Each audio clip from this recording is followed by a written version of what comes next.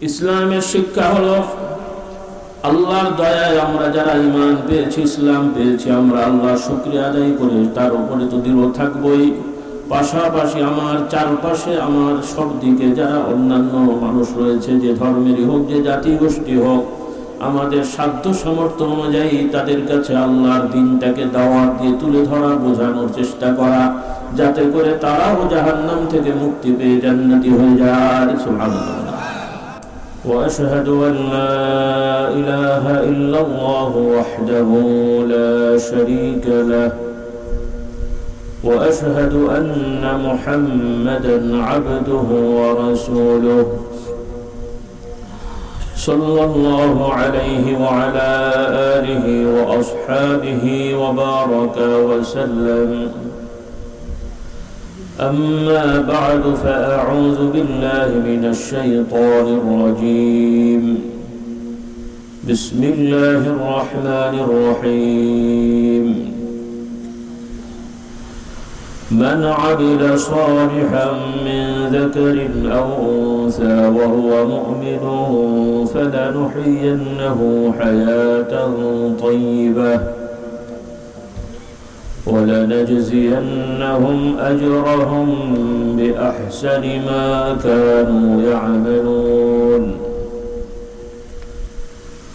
আল্লাহ রাব্বুল আলামিনের শানে আমরা শুকরিয়া আদায় করছি, সকলে পড়ছি আলহামদুলিল্লাহ, সকলে পড়ি সুবহানাল্লাহ, আলহামদুলিল্লাহ, ওয়ালা ইলাহা ইল্লাল্লাহ, আল্লাহু আকবার, ولا حول ولا قوة إلا بالله العلي العظيم. سبحان الله وبحمده عدد خلقه ورضا نفسه وزنة عرشه ومداد كلماته. سبحان الله وبحمده عدد خلقه ورضا نفسه وزنة عرشه ومداد كلماته. سبحان الله وبحمده عدد خلقه ورضا نفسه وزنة عرشه ومداد كلماته. لا إله إلا الله وحده لا شريك له، له الملك وله الحمد وهو على كل شيء قدير.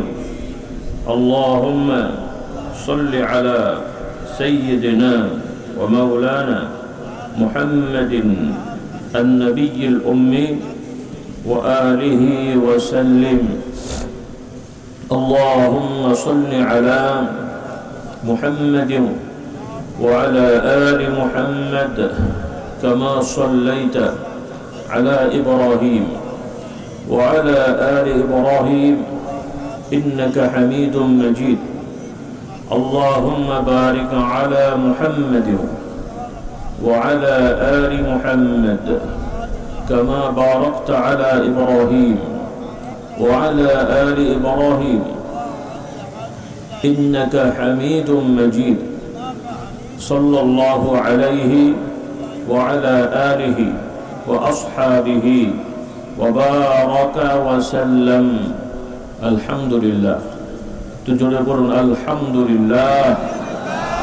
আল্লাহ তাআলা আমাদের সবাইকে এইভাবে নিয়মিত অল্প হলেও সুযোগ সুবিধা অনুযায়ী পুরুষ এবং নারী সবাইকেই এই জিকিরগুলো করার তৌফিক দান করুন, সামর্থ্য দান করুন। বলুন আল্লাহুম্মা আমিন।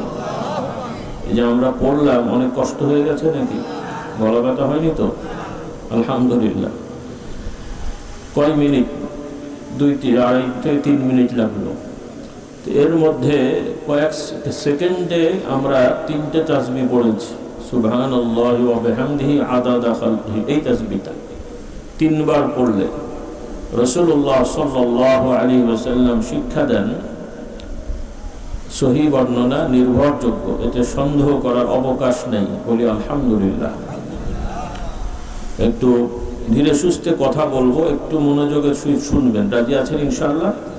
কারণ এটা ওয়াজ মাহফিল, এটা বিনোদন অনুষ্ঠান না, জাগতিক দলীয় কোনো রাজনৈতিক বা সংগঠনের সভা সমাবেশ না। তবে এটাও একটা দলীয় সভা, সেটা হচ্ছে আল্লাহর দলের সভা। বলি আলহামদুলিল্লাহ। কার দল? আপনারা সামাজিকভাবে কেউ হয়তো কিছু দলের সাথে আছেন অথবা নাই।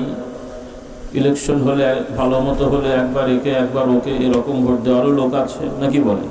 সব রকমই আছে। তো সব কিছু মিলিয়ে সামাজিকভাবে যে যেই দল হোক অথবা না হোক, অন্তত মুমিন মুসলমান হিসেবে আমরা সবাই এক দল, সেটা হলো আল্লাহর দল। বলি আলহামদুলিল্লাহ। এতে মনে আপনারা খুশি হননি? হ্যাঁ, বেজার হলেন নাকি? কিছু লোক আবার একটু চিন্তায় পড়ে গেল যে আল্লাহর দল হলে আবার লোকে যদি মৌলবাদী বলে, চিন্তা হয়ে গেল। আল্লাহু আকবার।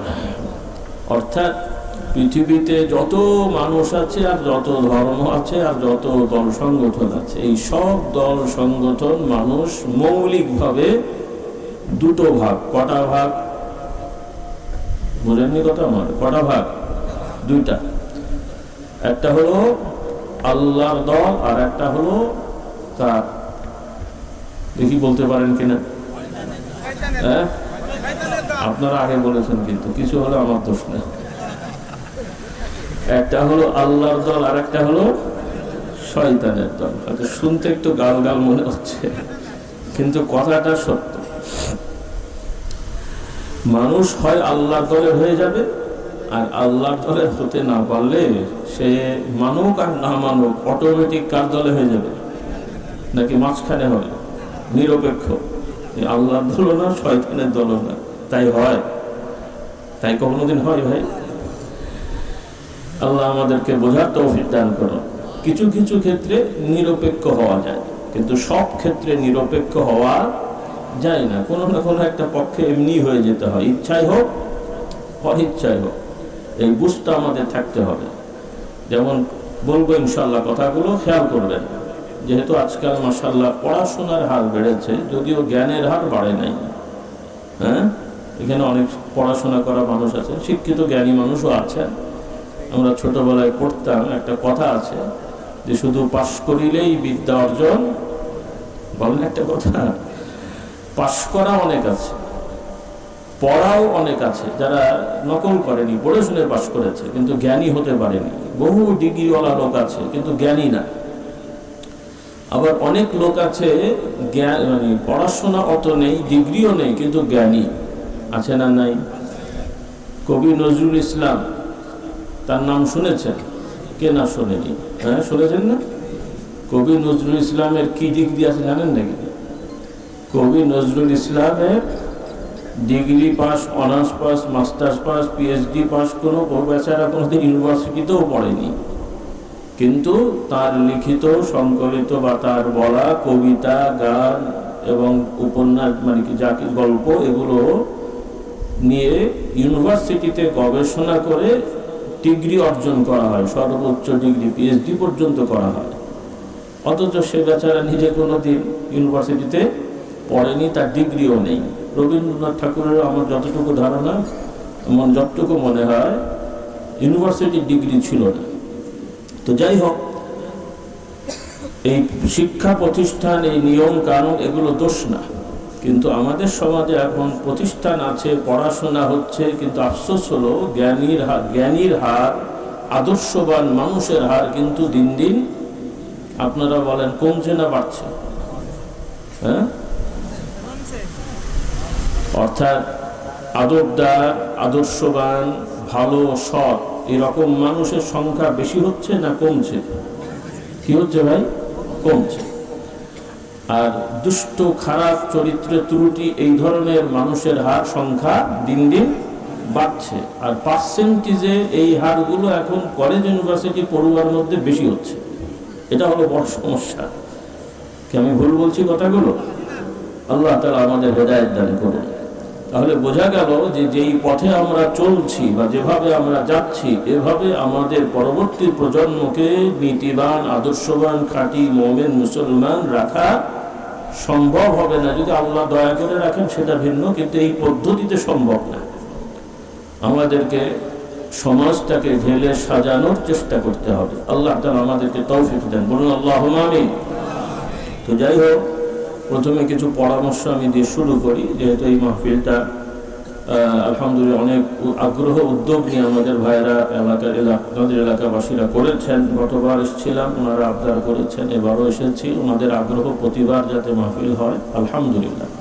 তবে এগুলো আয়োজনে বেশ অনেক বিষয় থাকে, খরচের ব্যাপার থাকে, আনুষঙ্গিক ব্যাপার থাকে। তো মাশাআল্লাহ পরিবেশ সুন্দর হয়েছে, সুন্দর প্যান্ডেল, সুন্দর আয়োজন, খুব ভালো। তবে আমাদের চেষ্টা করতে হবে, খেয়াল রাখতে হবে যে যেখানে যেটা দরকার সেটা করা। যেটা না করলে আমরা সুন্দর করতে পারবো এবং বাড়তি খরচ আমাদের কমে যাবে, তাহলে এটা ভালো হলো না? হ্যাঁ, এখন যে আবহাওয়া, এই আবহাওয়ায় কিন্তু এই প্যান্ডেল লাগে না। কারণ এই প্যান্ডেল দিয়ে আল্লাহ না করে যদি বৃষ্টি হয়, কাজ হবে? আবার প্রচণ্ড শীতও না। কারণ সাধারণত ওয়াজ মাহফিলগুলো শীতকালে বেশি হয়, বা এখন হয়তো কিছু আগে থেকেও শুরু হয়ে যায় আবহাওয়ার কারণে। সেজন্য এই প্যান্ডেলগুলো করা লাগতো বা সাইডগুলো ঘেরা লাগতো, যাতে ঠান্ডাটা কম হয়, কুয়াশা যাতে না ঢোকে, ইত্যাদি ইত্যাদি। আর বৃষ্টি থেকে প্রোটেকশন নিয়ে বা বৃষ্টি থেকে বাঁচার জন্য প্যান্ডেল করতে গেলে অনেক ব্যয়বহুল, তেরপল দেওয়া, টিন দেওয়া, অনেক খরচ। তো সেটাও তো দরকার হচ্ছে না। আর আপনাদের যে পরিবেশ, চারিদিকে যেভাবে পিলার টিলার আছে, এগুলো ব্যবহার করে লাইটিং করলে, সুন্দরভাবে বিছানা দিলে এই প্যান্ডেল ছাড়াও আরও আরামে বসা যায়। বলি আলহামদুলিল্লাহ। আপনারা এক বছর এই প্ল্যানে করে দেখতে পারেন। আমি অনেক জায়গায় পরামর্শ দিয়ে করাই, তাতে অনেক খরচ কমে যায়, মানে অকারণে খরচ, সুন্দরও হয়, খরচও কমে যায়, আরামও হয়। তো এটা পরামর্শ থাকলো, যেহেতু আপনাদের মাহফিলটা যদি আল্লাহ যদি করান, নিয়ে আসেন, এই সময় এই ধরনের সময়ই হবে ইনশাআল্লাহ। যেহেতু আলহামদুলিল্লাহ আবহাওয়া ভালো আছে। তো আল্লাহ রাব্বুল আলামিন দয়া করেছেন, আমরা আল্লাহর জিকিরে বসেছি, বলি আলহামদুলিল্লাহ। প্রথমত আজকের যে আয়োজন, এখানে লেখা হয়েছে তাফসিরুল কোরআন মাহফিল, ভালো কথা, কোনো দোষ নেই। তবে রাসূলুল্লাহ সাল্লাল্লাহু আলাইহি ওয়াসাল্লামের শেখানো যে বাক্য, মানে তিনি যে বাক্য ব্যবহার করেছেন এই মজলিসের ক্ষেত্রে বা এই সভার ক্ষেত্রে, সেটা হলো হাদিসের ভাষায় এসছে আরবিতে দুইটা বাক্য। একটা হলো মাজালিসুজ যিকির, হিলাকুজ যিকির। আমরা বাংলায় অনেক সময় বলি জিকিরের মজলিস, হালাকায়ে জিকির, আবার এভাবেও বলা হয় হালকায়ে জিকির। শোনেন এরকম কথা? তো অনেক যুবকরা বুঝতে ভুল করে, আবার অনেক সময় ইয়ার্কিও করে, এটা হালকা হলে বাবা ভারী কোনটা আবার। এই হালকা বাংলা হালকা না, আরবিতে হচ্ছে হালাকা, মানে গোল হয়ে বসা। ওই আপনারা বিভিন্ন পত্রপত্রিকা আগে শুনতেন, দেখতেন, বিভিন্ন মিটিং হয়, রাষ্ট্রীয় মিটিং টিটিং বলে, গোল টেবিল বৈঠক ব্রিটিশরা করতো, বা এখন পার্লামেন্টে হয়, বলে না গোল টেবিল। ওই টেবিল সামনে নিয়ে গোল করে বসা, গোল টেবিল বলা হতো। আর আরব দেশে বা স্বাভাবিকভাবে গোল হয়ে বসে কথা বলা বা আলোচনা করা, বা ইসলামের দৃষ্টিতে কোরআন হাদিস নিয়ে আলোচনা, তাসবিহ তাহলিল জিকির আজকার করা, এটাকে আরবিতে হালাকাতুজ জিকির বলা হয়, হিলাকুজ জিকির বা মাজালিসুজ জিকির।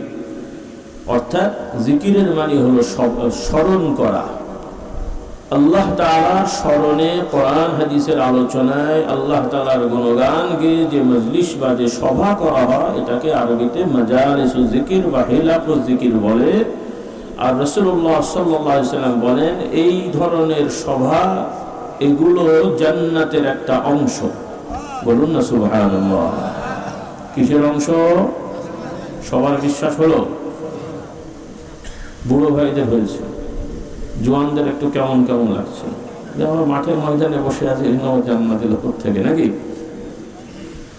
হ্যাঁ, এগুলোই হচ্ছে আমাদের ইমানের সাথে সম্পৃক্ত।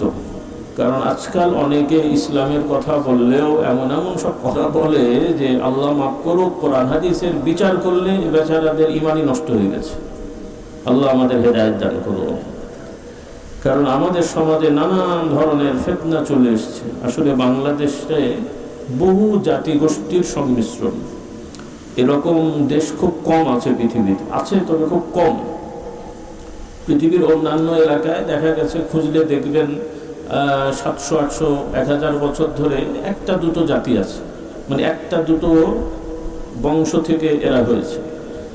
কিন্তু 50, 60, 100, 200 জাতি থেকে মানে বা বংশ থেকে মানুষের বিস্তার, এরকম দেশ খুব কম আছে। কিন্তু বাংলাদেশটাও এরকম। বাংলাদেশ শুধু না, এই ভারতবর্ষতে পৃথিবীর বিভিন্ন এলাকার বংশের মানুষেরা এসে বসবাস করেছে।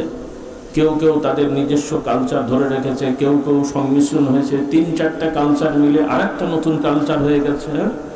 এখন যেমন অনেক শরবত খান না, এটার শরবত ওটার শরবত আলাদা আলাদাও আছে, আবার সবগুলো মিলিয়েও আবার আরেকটা শরবত হয়। কি নাম দেয়? যুবকরা বলতে পারবে কি নাম, বলেও না। ককটেল। ককটেল বুঝেছেন? ওই বোম ককটেল না রে ভাই, এটা হচ্ছে জুস বা শরবত আর কি, বিভিন্ন কিছু একসাথে মিলালে বলে ককটেল। তো এখন আমাদের বাংলাদেশটা এক ধরনের ককটেল জাতি বলা যায় আর কি জাতি, বিভিন্ন জাতি। তো যাই হোক, যার কারণে এখানে মানুষের চিন্তা ফিকিরেরও বিভক্তি, মানে কি বলে, অনেক ধরনের বিভক্তি আছে।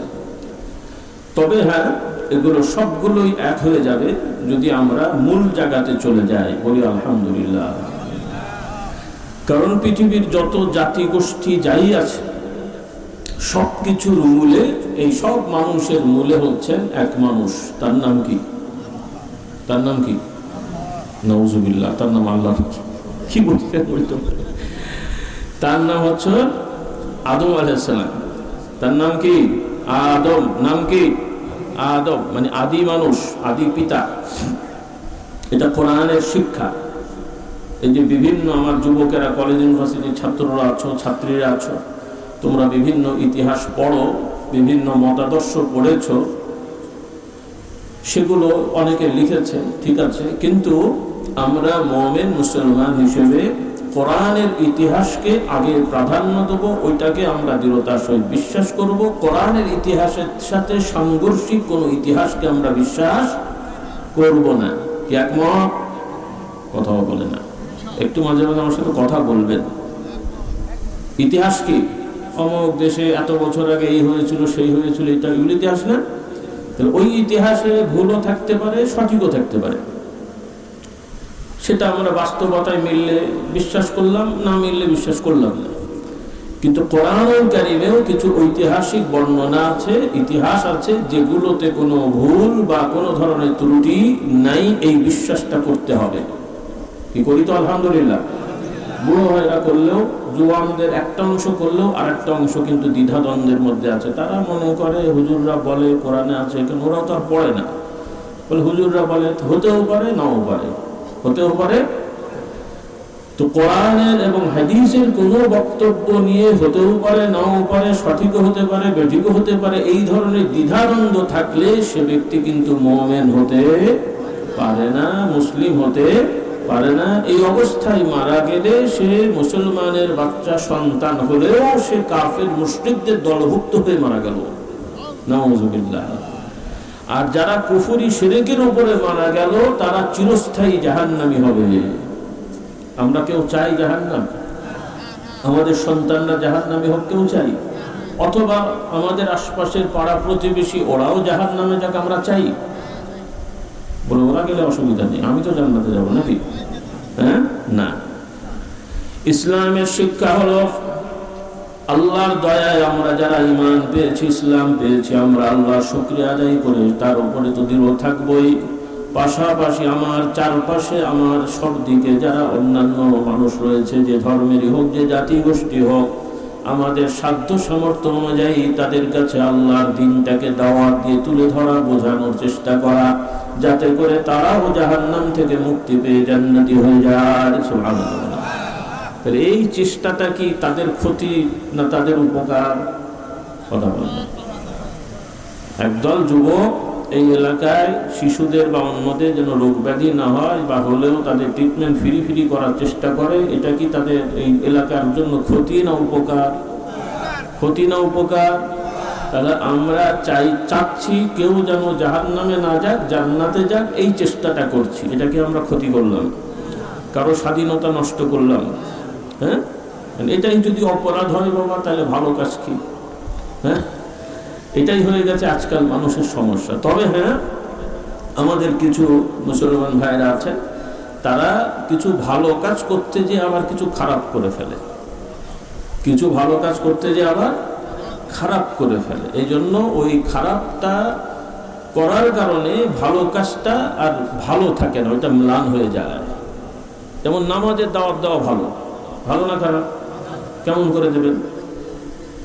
এলাকার যুবকরা রাস্তায় বসে আছে নামাজের সময়, আপনারা দু একজন মুরব্বী বা কেউ একজন মধ্যম বয়সী মানুষ যে যদি বলেন, বাবু তোমরা কেন বসে আছো, সময় নষ্ট হচ্ছে, আচ্ছা বসো, ঘোরাঘুরি করো, দোষ নেই, তোমরা মুসলমানের সন্তান, এই দেখো আজান হলো, কত সুন্দর অজুখানা, ফিরি অজু করা যায়, এগুলো তো টাকা দিতে হয় না, চলো একটু অজু করে নামাজটা পড়ো। আচ্ছা, এইটা বললে কি সমস্যা হয়? হয় সে মানলো, নাহলে বলবো আচ্ছা চাচা পরে বলবো, দুটোর একটা। আর এখন যদি আমি হুজুর যে বলি, ও 14 গোষ্ঠী গালাগালি করে যাবে, এই অমুকের বাচ্চা তমুকের বাচ্চা, তোর নামাজ পড়লি না কেন? নামাজের দাওয়াত ভালো, কিন্তু এই যে কথাগুলো বললাম, ভালো বললাম, তো এতে করে কি ওই লোকগুলো আমার কথা শুনবে না রাগ করবে?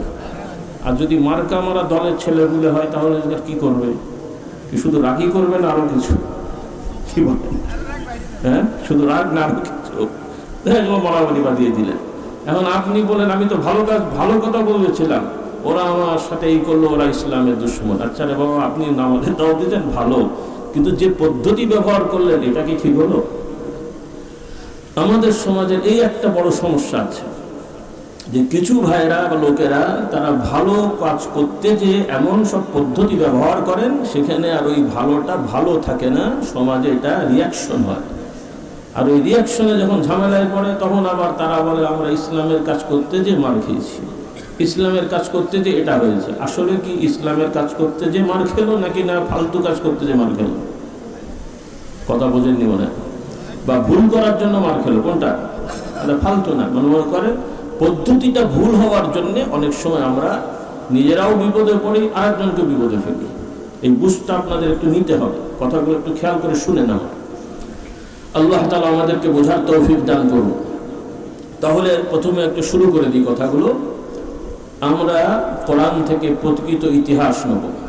এই সৃষ্টি জগতের ইতিহাস আল্লাহ তাআলা কোরআনে জানিয়ে দিয়েছেন। আল্লাহ তাআলা কত দিনে এই জগৎ সৃষ্টি করলেন, কিভাবে হলো, কি পরবে হলো, এগুলো কোরআন শরীফে আল্লাহ তাআলা বলেছেন। একদিনে 2-1 ঘন্টায় তো সব বলা যাবে না, আমি কিছু কিছু শুধু আলোচনা করছি। বাকি অনুরোধ থাকবে আপনারা ইনশাআল্লাহ যারা এখানে এসেছেন নিয়মিত নিজেরাও কিছু হলেও পড়বেন, এবং প্রতি সপ্তাহে নিয়মিত জুমার আলোচনায় এগুলো খতিব ইমাম সাহেবরা আলোচনা করলে বা করবে ইনশাআল্লাহ আপনারা শুনবেন। এভাবে চলতে থাকলে দেখা যাবে ইনশাআল্লাহ আপনারা মৌলিক বিষয়গুলো মাদ্রাসায় না পড়েও জেনে যাবেন। বলুন আলহামদুলিল্লাহ। হ্যাঁ, যেমন উদাহরণস্বরূপ এখানে যারা বসে আছেন, মাদ্রাসায় পড়া লোক বেশি না না পড়া লোক বেশি? আচ্ছা, যারা নামাজ পড়ে মসজিদে, একটা মসজিদে যত মুসল্লি আছে, মাদ্রাসায় পড়া লোক বেশি না না পড়া লোক বেশি? আচ্ছা, এখানে যে কয়টা লোক দাঁড়িয়ে রেখেছেন, মাদ্রাসায় পড়া লোক বেশি না না পড়া লোক বেশি? তাহলে যে লোকগুলো মাদ্রাসায় পড়েননি দাঁড়িয়ে রেখেছেন, সব হবে না মনে হয়? কথা বলে না? হ্যাঁ, সব হবে না, হবে না? আর একজন মাদ্রাসায় পড়েছে কিন্তু দাঁড়িয়ে রাখিনি, ওর তো অনেক সব হচ্ছে নাকি? সব হচ্ছে, বরং ওর ডবল গোনা। কি গোনা? উনি আবার কেমন? একটা হলো দাঁড়িয়ে না রাখার গোনা, আর একটা হলো জ্ঞান অর্জন করে সে রাখেনি, তার মানে এটা হলো বড় অপরাধী, জ্ঞান পাপী। আল্লাহ এদেরকে হেদায়েত দান করুন।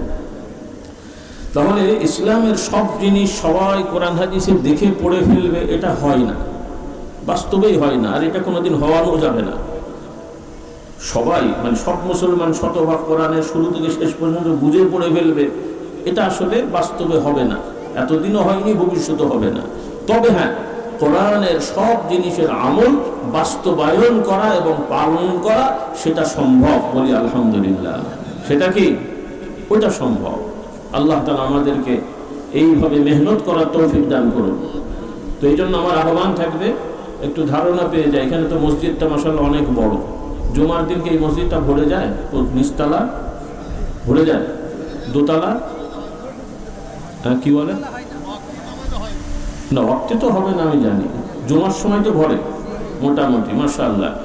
তো এই আজকের মাহফিল যারা করছেন সম্ভবত মসজিদের সাথে আছেন, বা যারা আপনারা এই মসজিদে নামাজ পড়েন এবং এই মসজিদের কমিটির সদস্য যারা আছেন, তারা সহ আমার আহ্বান থাকবে যে আপনারা জুমার যে আলোচনা হয় সেই আলোচনায় খতিব ইমাম সাহেব হুজুরকে অনুরোধ করবেন এবং খতিব ইমাম সাহেব হুজুর উদ্যোগ নেবেন যে প্রতি জুমার আলোচনায় নিয়মিত কোরআন শরীফ থেকে ধারাবাহিক অল্প হলেও 2, 4, 5, 7টা আয়াত অনুবাদ করবে এবং ওই আয়াতের যে শিক্ষাগুলো একটু জানিয়ে দেবে, এর সাথে বিষয়ভিত্তিক আলোচনা করবে। কি কাজটা ভালো হবে কিনা?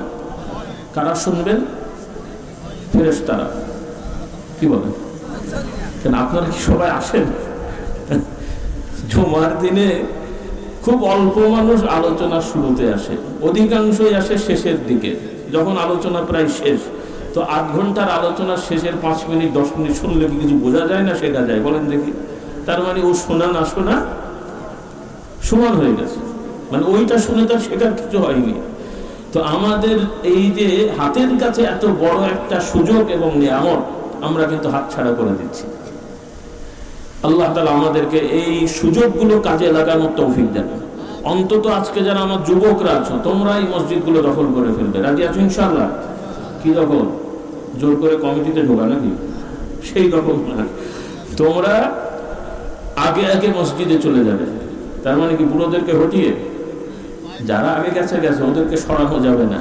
অর্থাৎ তোমরা আগে আগে মসজিদে যেয়ে বসবে, কারণ যুবকদের তো এমনি বসে থাকার অভ্যাস আছে, স্কুলে বসা, কলেজে বসা, রাস্তায় আড্ডা দেওয়া।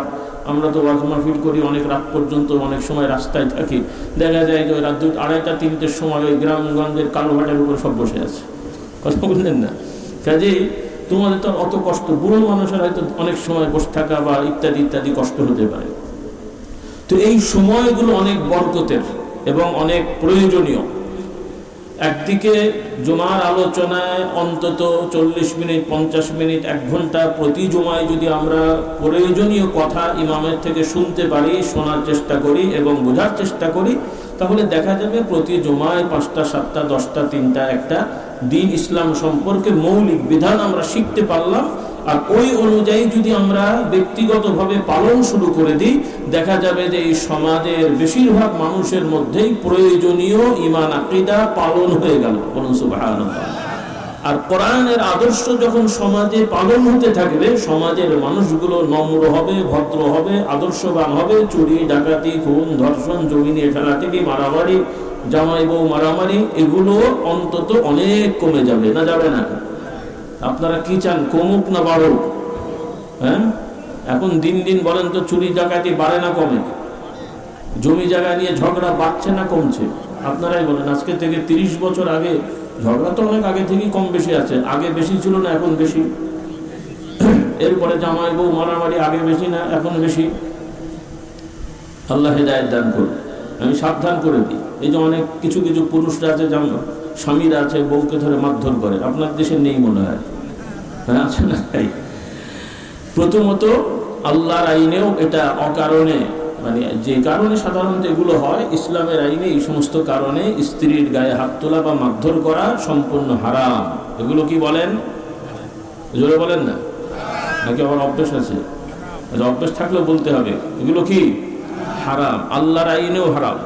আর প্রচলিত যে এখন আইন আছে, কি আইন জানি, নারী ও কি নির্যাতন আইন একটা আছে না, ওই আইনেও এটা অপরাধ। তো নারী নির্যাতন আইনেও অপরাধ, আল্লাহর আইনেও অপরাধ। দুটো তো আপনারা শুনলেন। তৃতীয় আর একটা বিষয় আছে, সেটা হলো আগে শুনতাম মারধর হয়েছে, আবার মিলিয়ে দিলে দেওয়া হয়েছে। এখন কিন্তু মাঝে মাঝে শোনা যায় 2-1টা জামাই মারতে যে আবার 2-4টা খায়ও।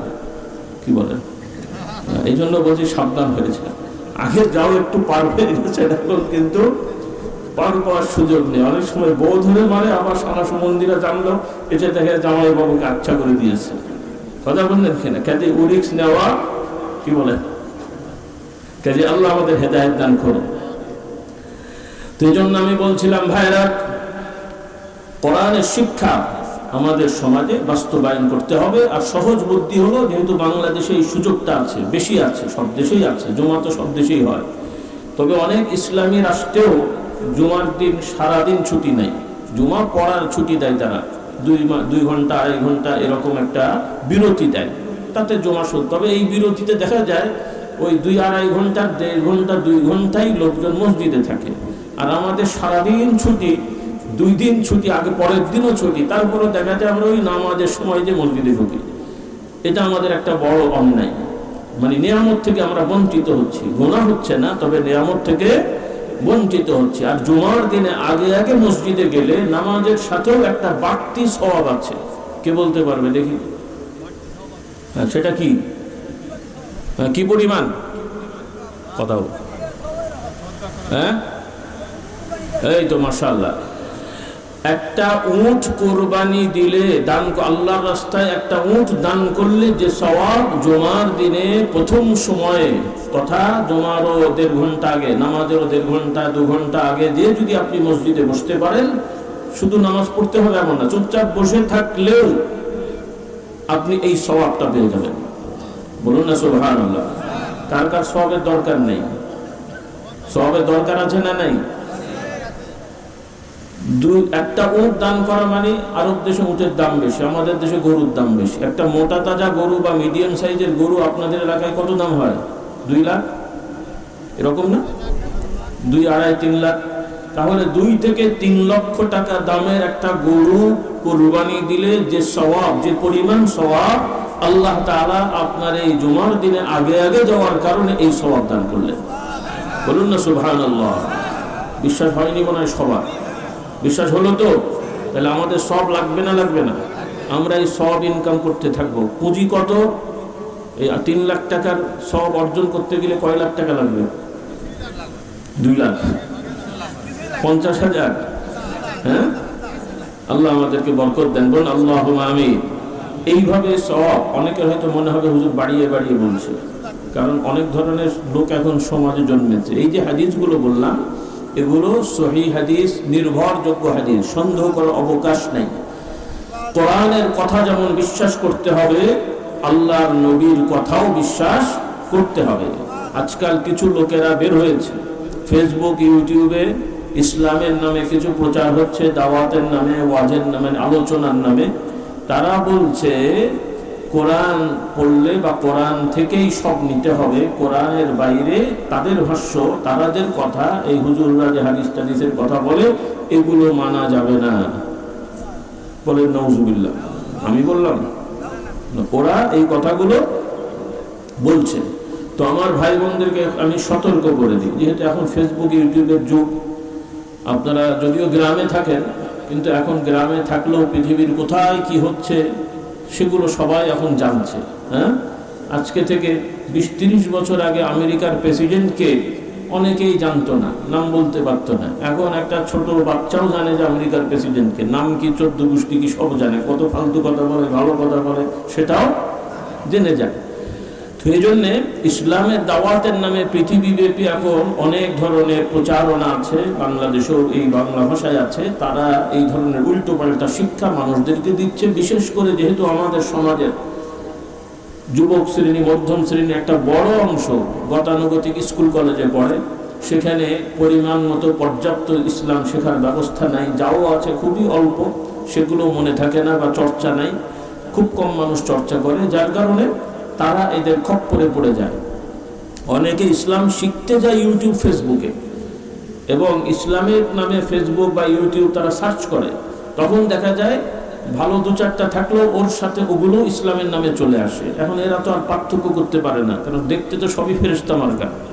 হ্যাঁ, দেখতে দেখা যায় যে ওরাও ভালো ভালো কথা বলছে, লেবাস পোশাকেও আমাদের মতোই দাড়িওয়ালা টুপিওয়ালা, অনেকে আবার আমাদের থেকেও দেখতে শুনতে নুরানি চেহারা, কিন্তু কথাবার্তা একদম শয়তানের মতো। আল্লাহ আমাদের হেদায়েত দান করুন। যেমন উদাহরণস্বরূপ আমরা সবাই মুমিন মুসলমান, আল্লাহ রসুলকে ভালোবাসি, সাহাবা একরামদেরকে ভালোবাসি। আল্লাহ রসুল সাল্লাল্লাহু আলাইহি ওয়াসাল্লামের সাহাবীদের মধ্যে অন্যতম প্রথম সারির সাহাবী হলেন হযরত আবু বকর, হযরত ওমর, হযরত আলী, হযরত ওসমান, হযরত আলী রাদিয়াল্লাহু তাআলা আনহুম আজমাইন। এনারা হচ্ছেন সাহাবীদের মধ্যে সবথেকে প্রথম সারির সাহাবা রাদিয়াল্লাহু তাআলা আনহুম আজমাইন।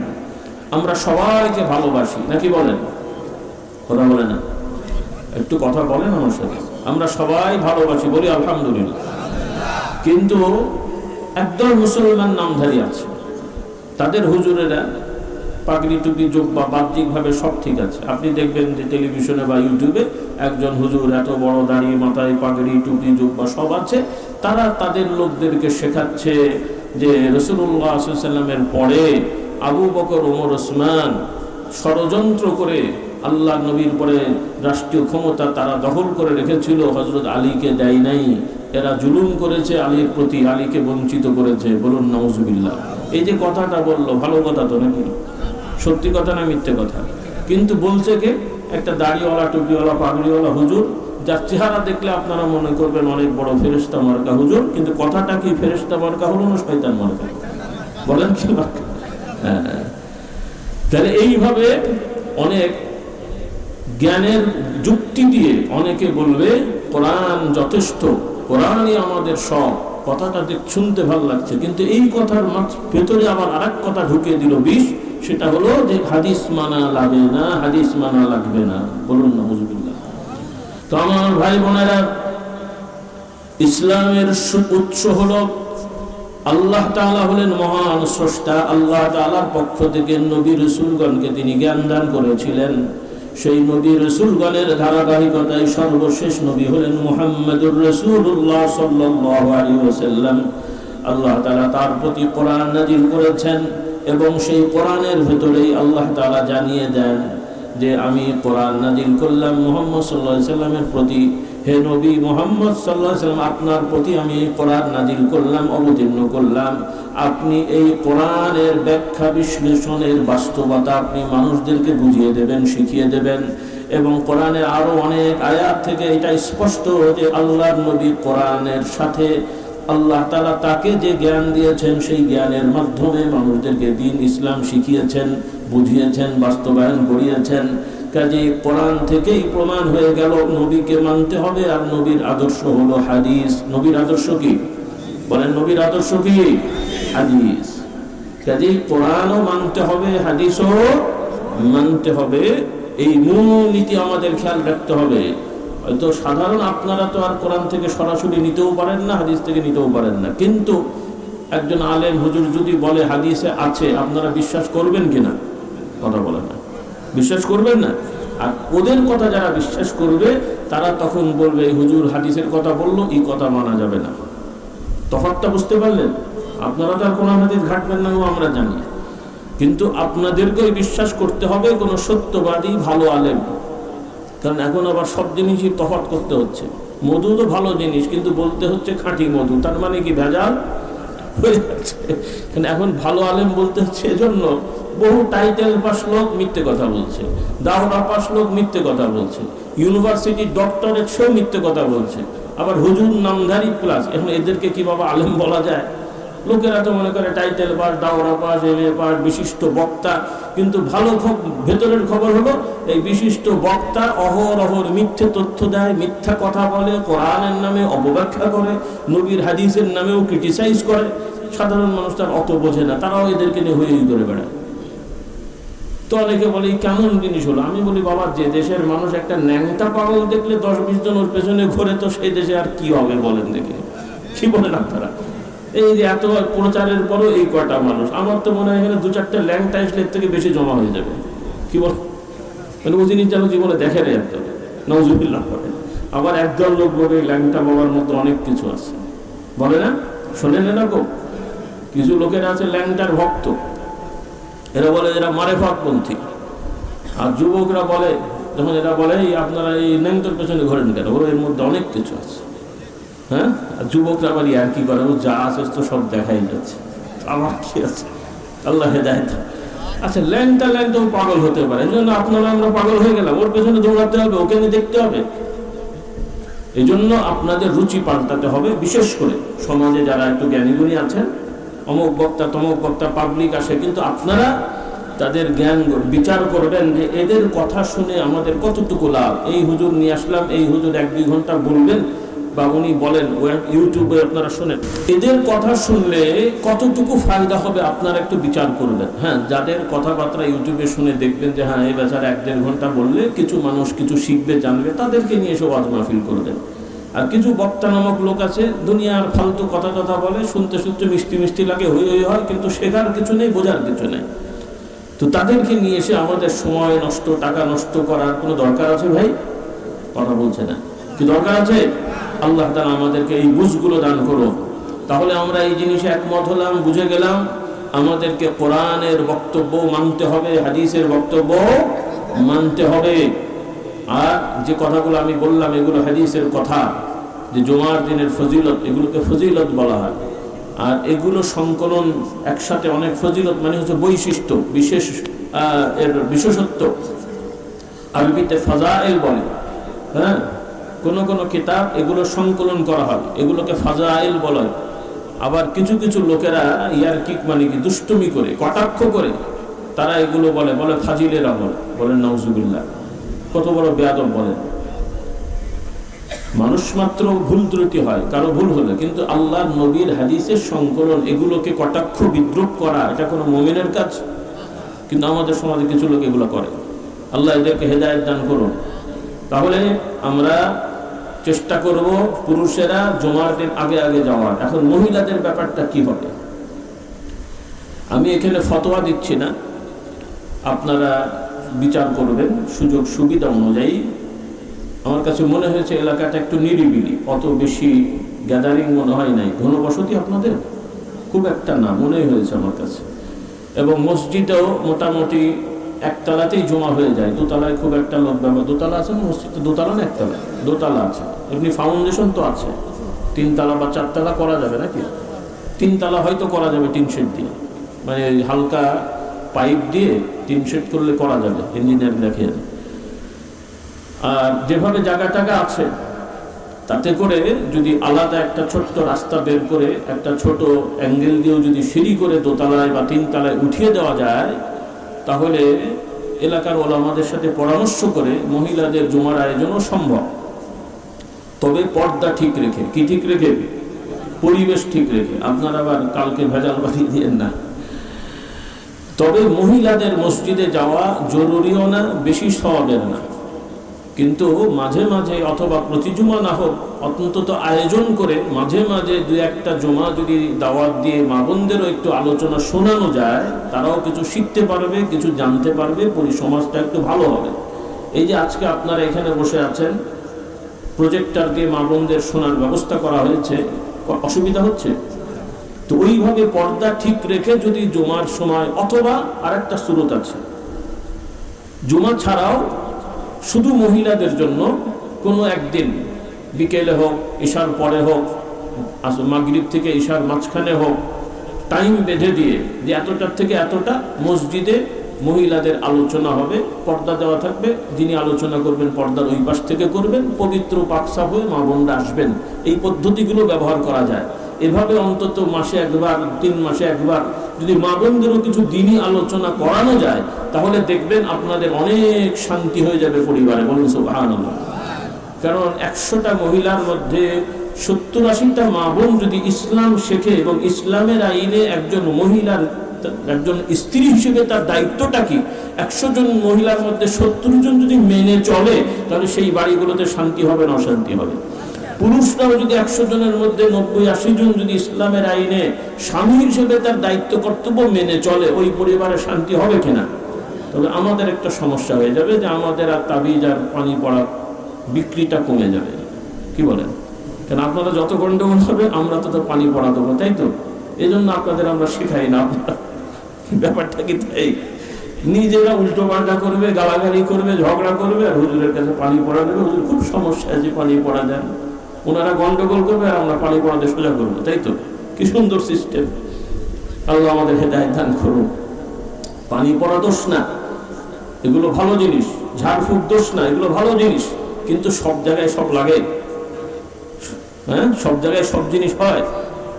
অর্থাৎ আপনারা পানি পড়া নিয়ে নেন, আপনাদের যার যার গাছে, যার যার বাড়িতে আপনাদের নারকেল গাছ আছে, ওখানে এবছর তো নারকেল আল্লাহ ভালো দেন, আলহামদুলিল্লাহ ভালো দেন, ওই গাছগুলোতে পানি পড়া ছিটাবেন আমি হুজুরের, যেন আগামী বছর ওই গাছে নিয়ত করে দেবেন যেন তাল হয়। কি তাহলে আর কি হলো? পানি পড়াতে যদি ডাব গাছে তাল ধরানো না যায় তাহলে আর কি বিষয় বলেন দেখি। আল্লাহ আমাদের হেদায়েত দান করো। তাহলে পরিবার সমাজে শান্তি পেতে হলে আল্লাহর আইন লাগবে। এই যে এখন আমরা খুব সুন্দর কোরআনের আলো, ঘরে ঘরে যাবো, রাস্তায় স্লোগান, মাহফিলে স্লোগান দিয়ে, হুজুর স্লোগান দিচ্ছে, ওই হুজুরের বইয়ের সাথে ঝগড়া করছে। তো আলোটা জ্বলবে কোত্থেকে বলেন দেখি? কোরআনের আলোটা কি? এই ওয়াজ মাহফিলের আলো? হ্যাঁ, কিসের আলো এটা? কোরআনের আলো হলো কোরআনের বিধান।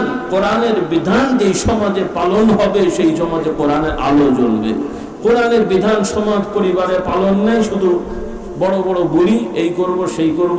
বলি তো ভালো রে বাবা, কিন্তু কাজের কাজ কোথায়? আল্লাহ আমাদের হেদায়েত দান করো।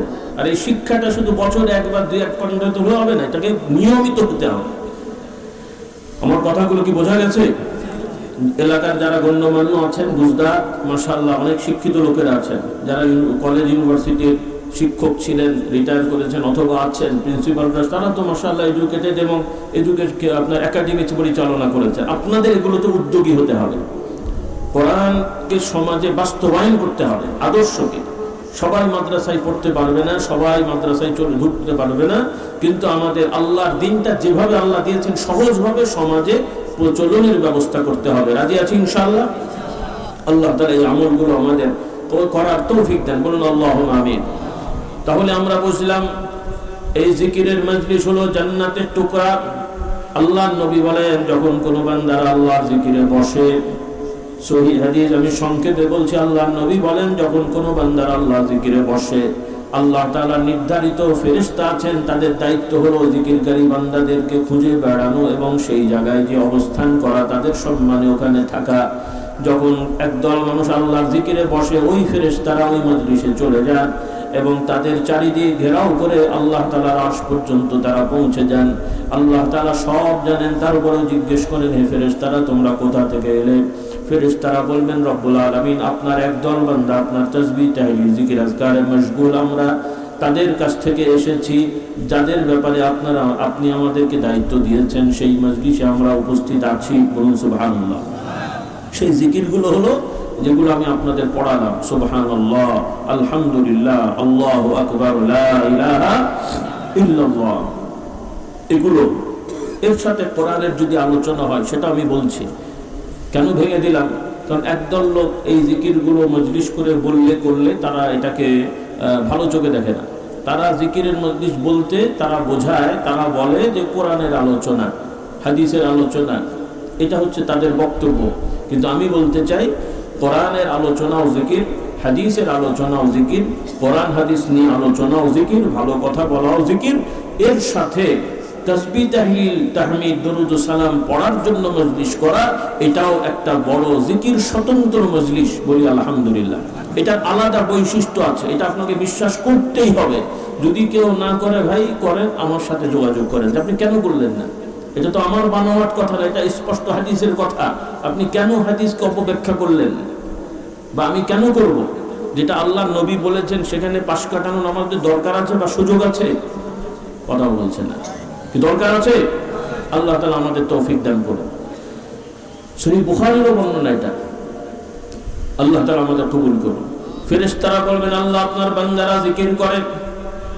আল্লাহ তাআলা বলবেন, আমার বান্দারা যে গুণগান গায়, কারণ এই কলেমার মানে হলো আল্লাহ ছাড়া প্রকৃতপক্ষে আর কোনো উপাস্য নেই, মাবুদ নেই। কি নাই?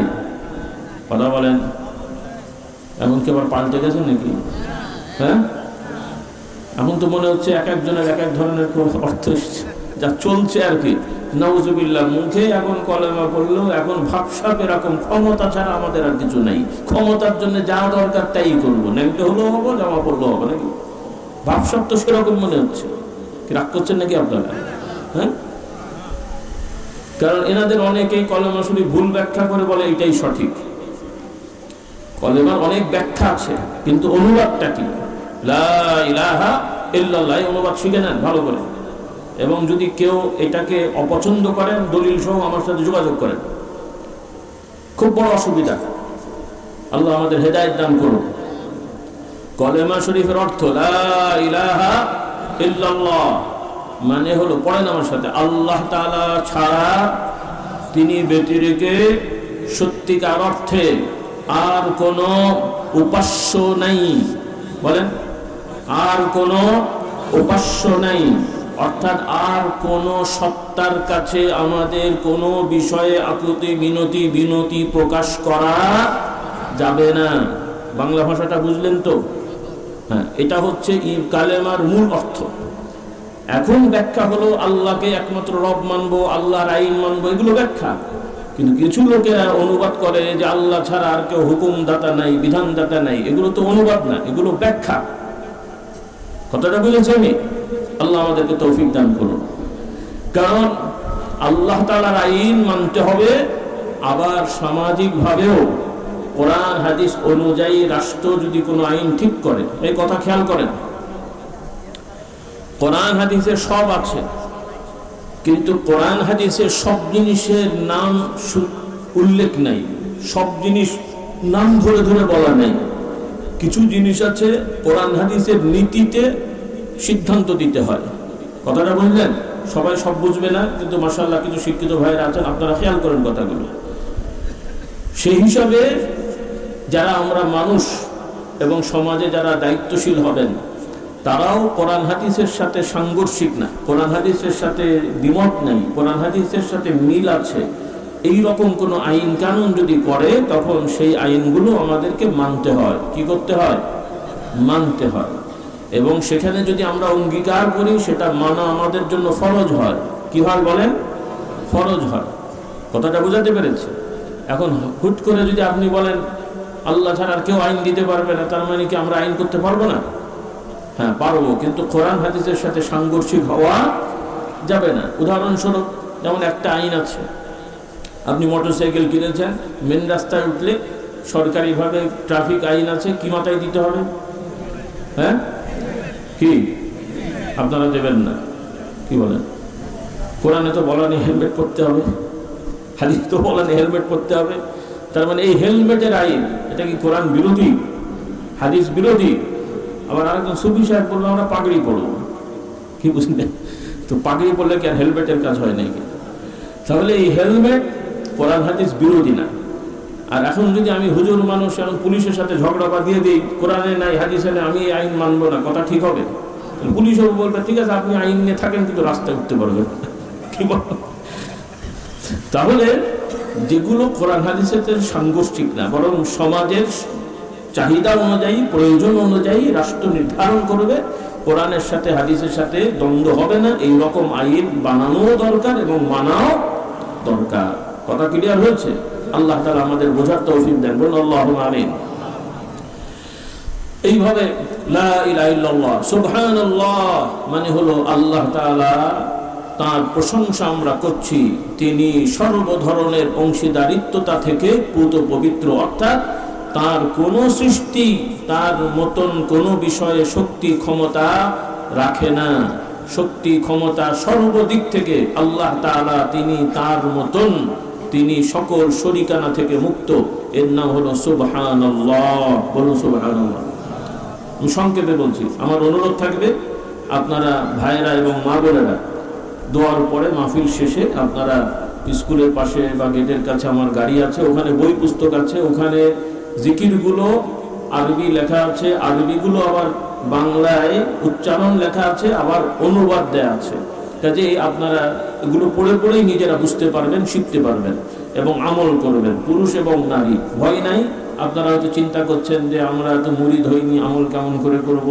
কি বুঝলেন? অনেকে মনে করে আমল করতে হলে মুরিদ হতে হয়। মুরিদ হবেন হবেন না সেটা আটটা চাপটা, তবে মুরিদ হওয়া মানে অন্য কিছু না। এখানে পীর সাহেব মুক্তি দিয়ে দেবে, নাজাত দিয়ে দেবে, বিষয়গুলো এরকম না। পীর মাশায়েখ আপনাদেরকে শিক্ষা দেবেন, দীক্ষা দেবেন, দিক নির্দেশনা দেবেন, সেগুলো আপনি মেনে চলবেন, এই অঙ্গীকার ওয়াদা করলেন। সেটা একটা সুন্দর সিস্টেম। প্রতিষ্ঠানে ভর্তি হয়ে নিয়ম নীতি মেনে পড়াশোনা করা আর যে যার মতন করে পড়া, দুটোর মধ্যে তফাৎ আছে না?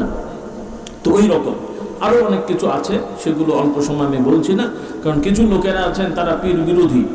তারা পীর নাম শুনলেই তাদের মন খারাপ হয়, রাগ হয়ে যায় যে এই সেই ভণ্ড। পৃথিবীর সব জিনিসই কি ভণ্ড রে বাবা? বাংলাদেশে অনেক খারাপ লোক আছে, তার মানে বাংলাদেশ খারাপ নাকি? কথা বলেন।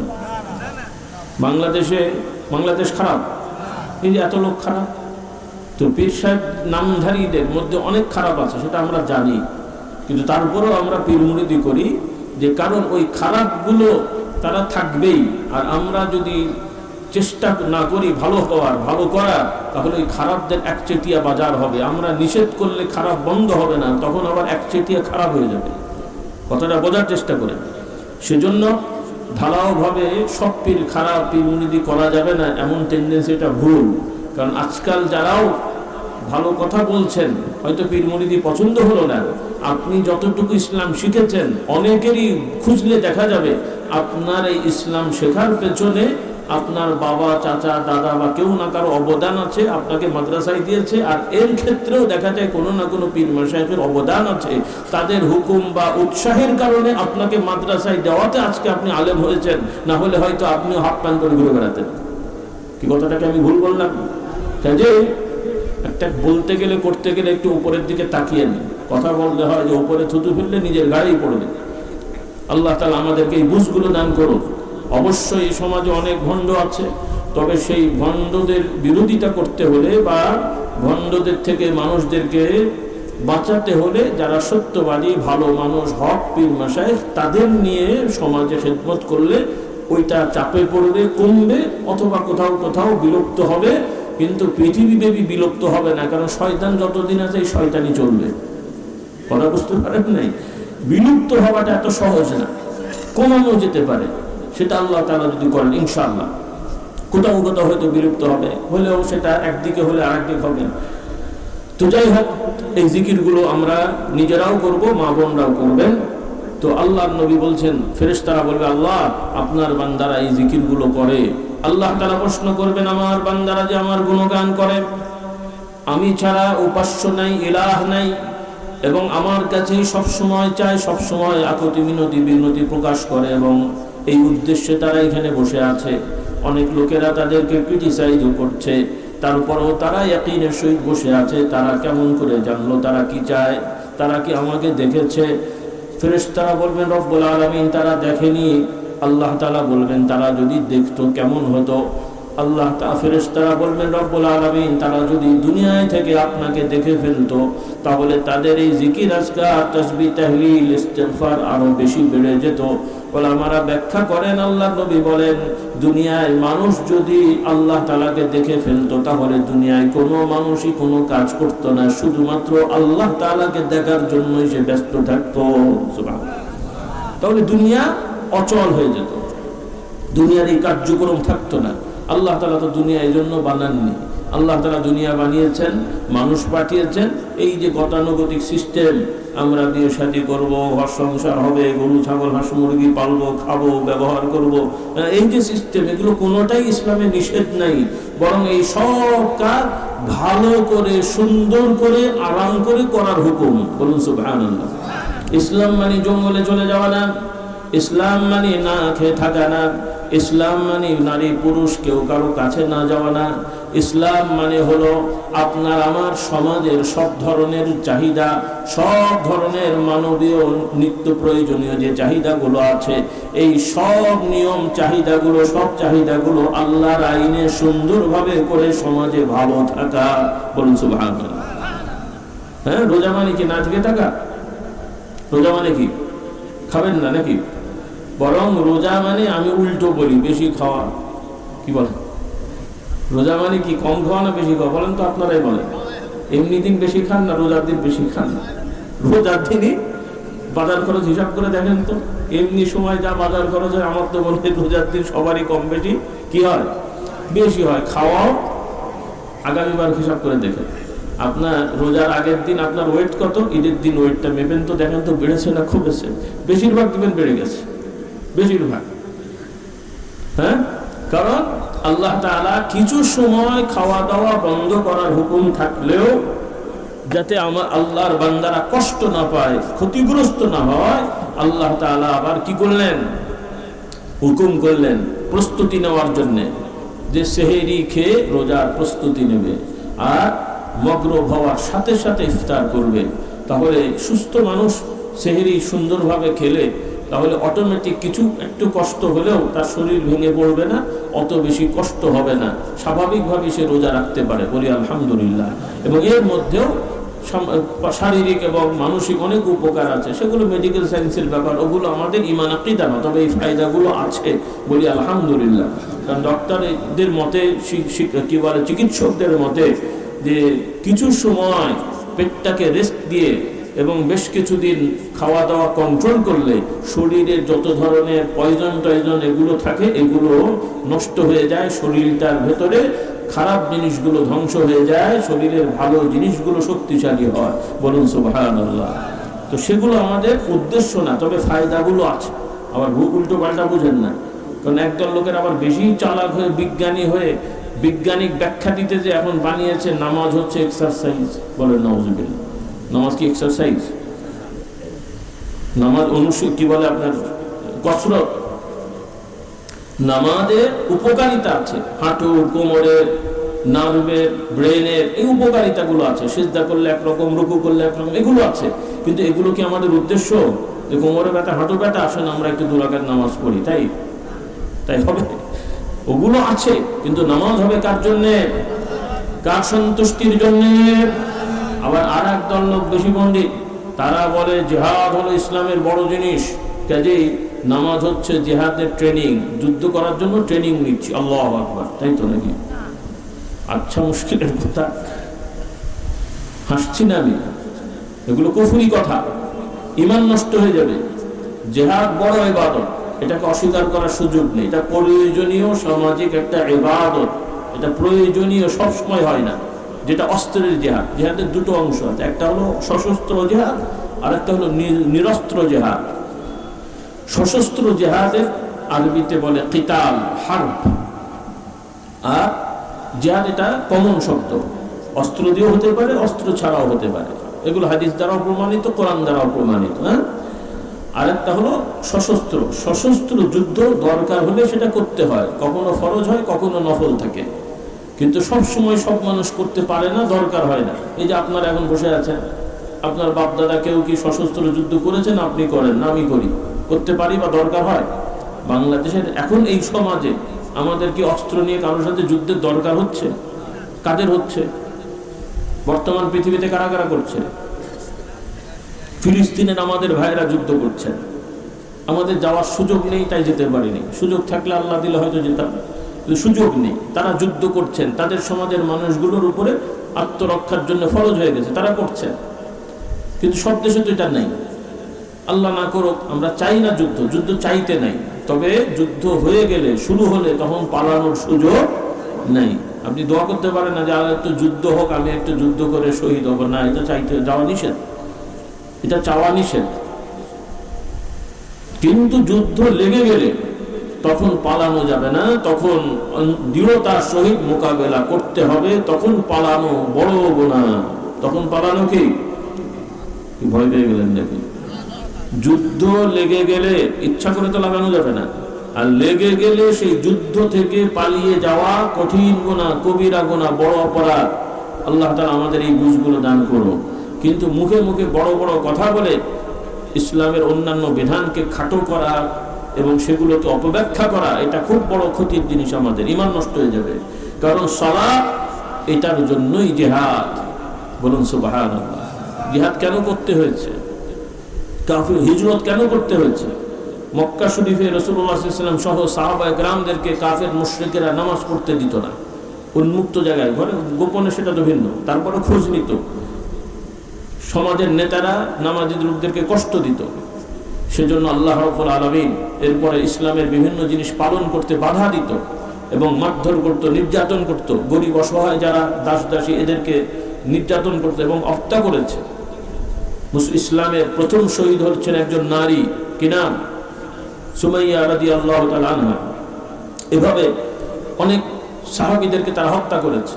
আল্লাহ তাআলা হিজরতের অনুমতি দিলেন, কেন? যেই জায়গায় গেলে নিরাপত্তার সহিত নামাজ আদায় করা যাবে, ইবাদত করলে বাধা দেবে না, এমন জায়গায় চলে যাও।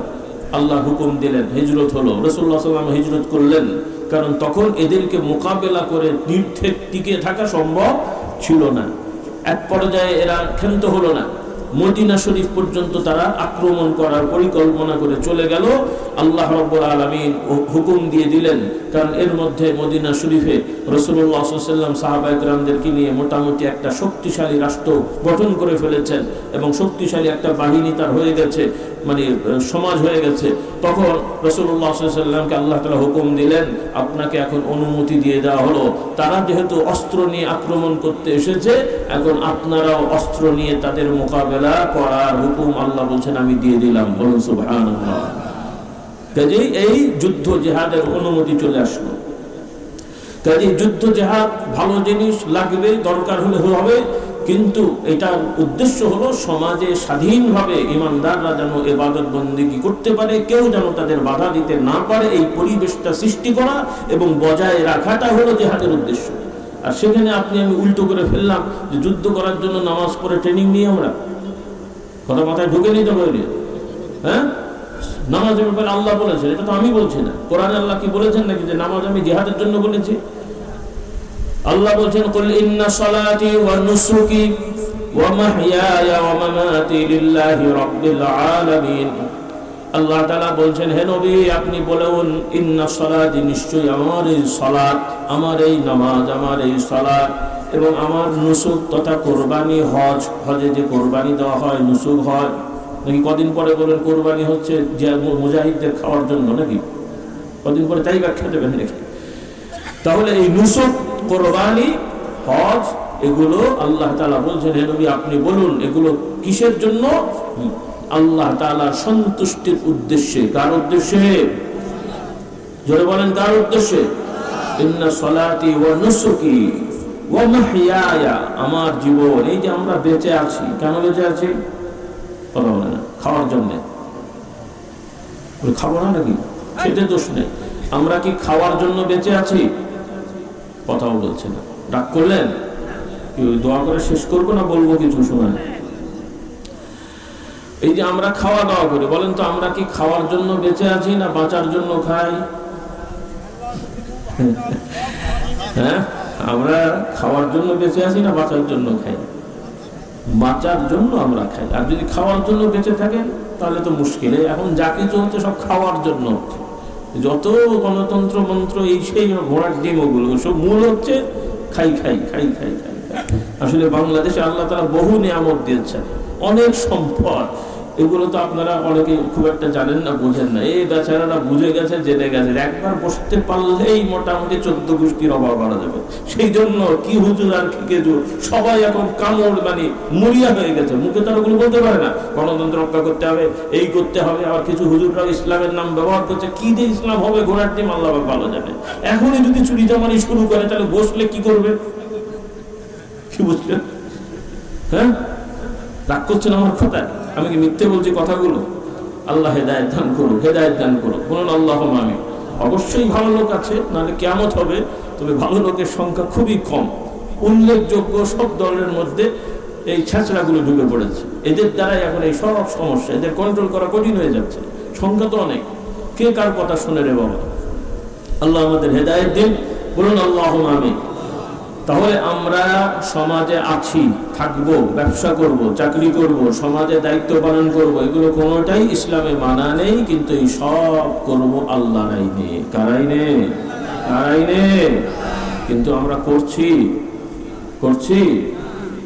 আপনারা বলেন হ্যাঁ আমরা আল্লাহর আইনে খাই, গরু খাই, মুরগি খাই, বিসমিল্লাহ বলে জবাই করি, কিন্তু যে গরুটা চুরি করা সেটা বিসমিল্লাহ বলে জবাই করলে হয়? কি করে না আপনাদের দেশে? হয়তো সরাসরি আস্ত গরু চুরি করে আনে না, কিন্তু অফিস আদালতের টাকা চুরি করে সেই টাকা দিয়ে গরু কেনে, বিসমিল্লাহ বলে জবাই করে, ওইটা মনে হালাল হয়ে যায়। ওইটা হালাল হয়? এই গরু, এই রকম গরু ছাগল মুরগি খাওয়া হয় কিনা বলেন, আপনারাই বলেন। হয় না হয় না? আমরা হয়তো, কিন্তু সেই লোকটা, যে লোকটা অফিসের টাকা সরকারি হোক বেসরকারি হোক বা ফান্ডের হোক চুরি করছে, এটাকে সুন্দর বাংলায় দুর্নীতি বলে আর কি। মানে চুরি বললে একটু খারাপ হয়, দুর্নীতি বললে দোষ নেই না।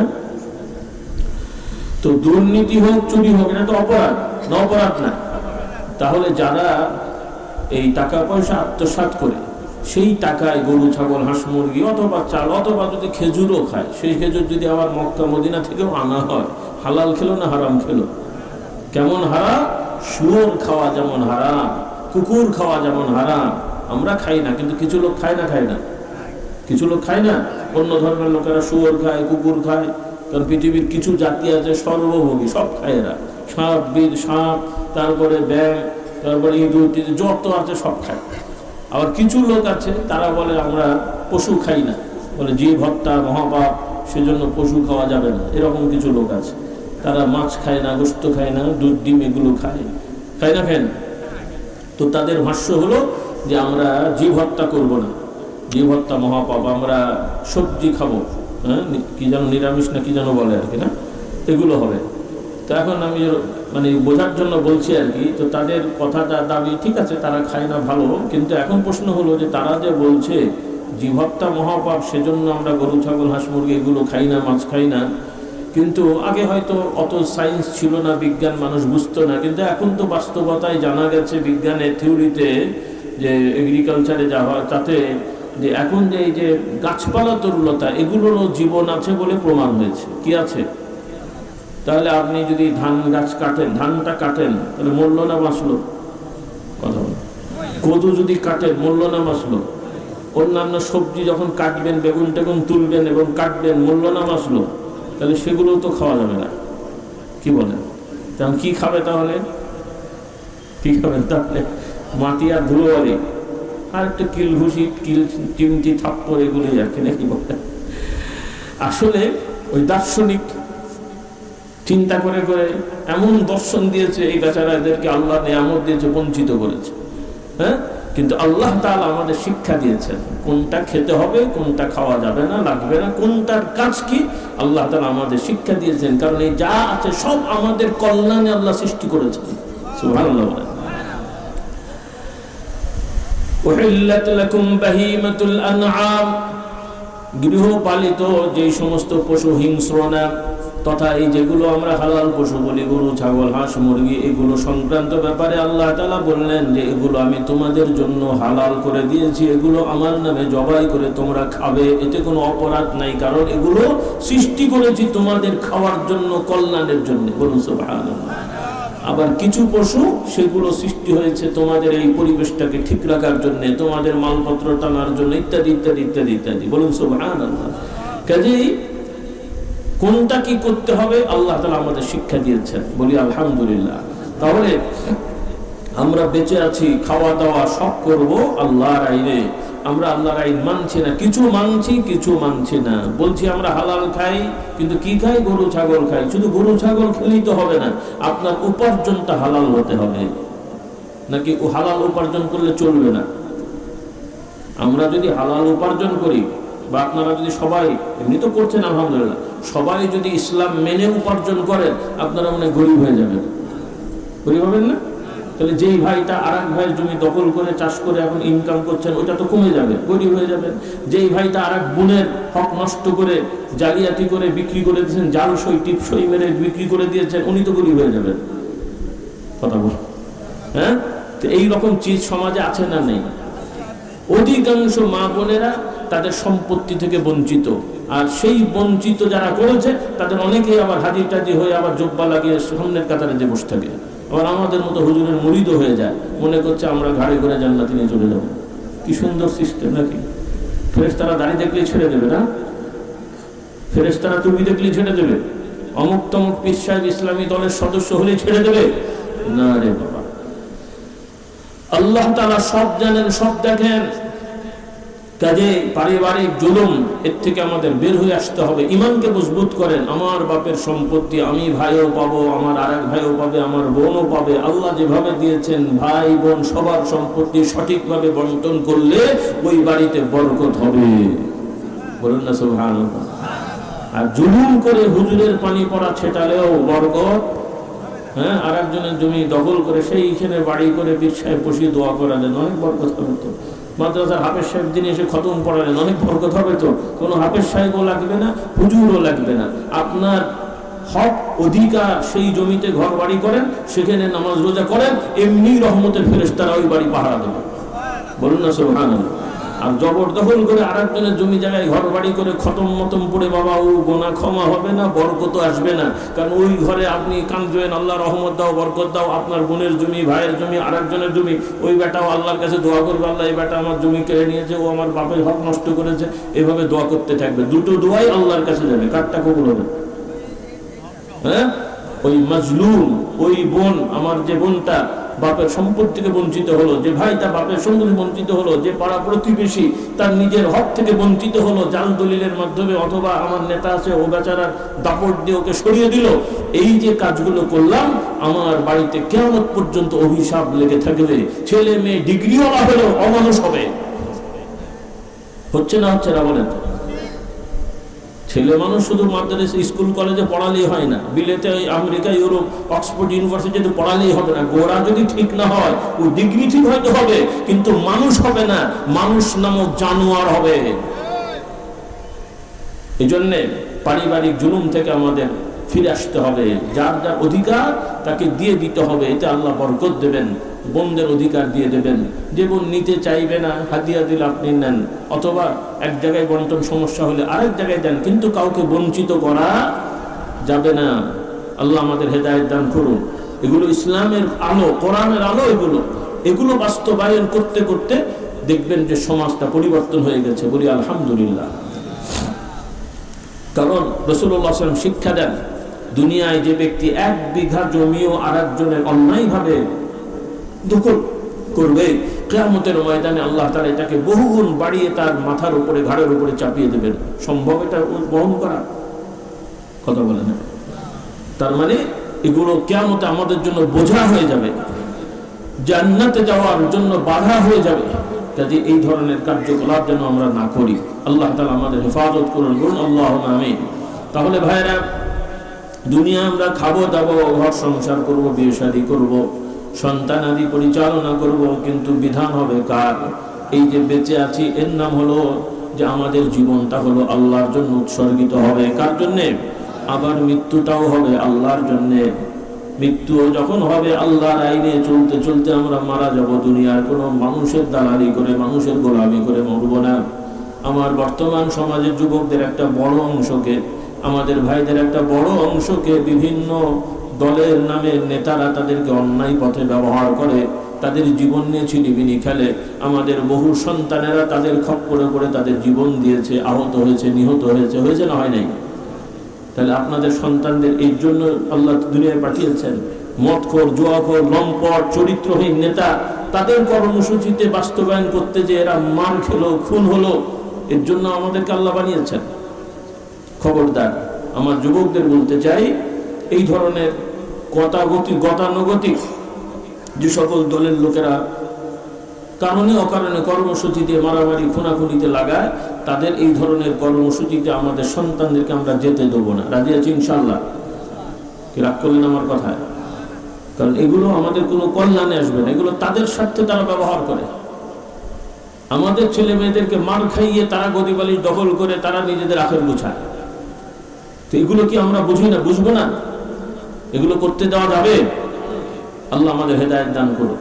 আমি এই জন্য অনেক সময় আর কি করে বলি, যে যুবকদের বলি, ভাইদের বলি, নেতারা আসে কর্মসূচিতে ফোন করে, তোরা এই কর সেই কর।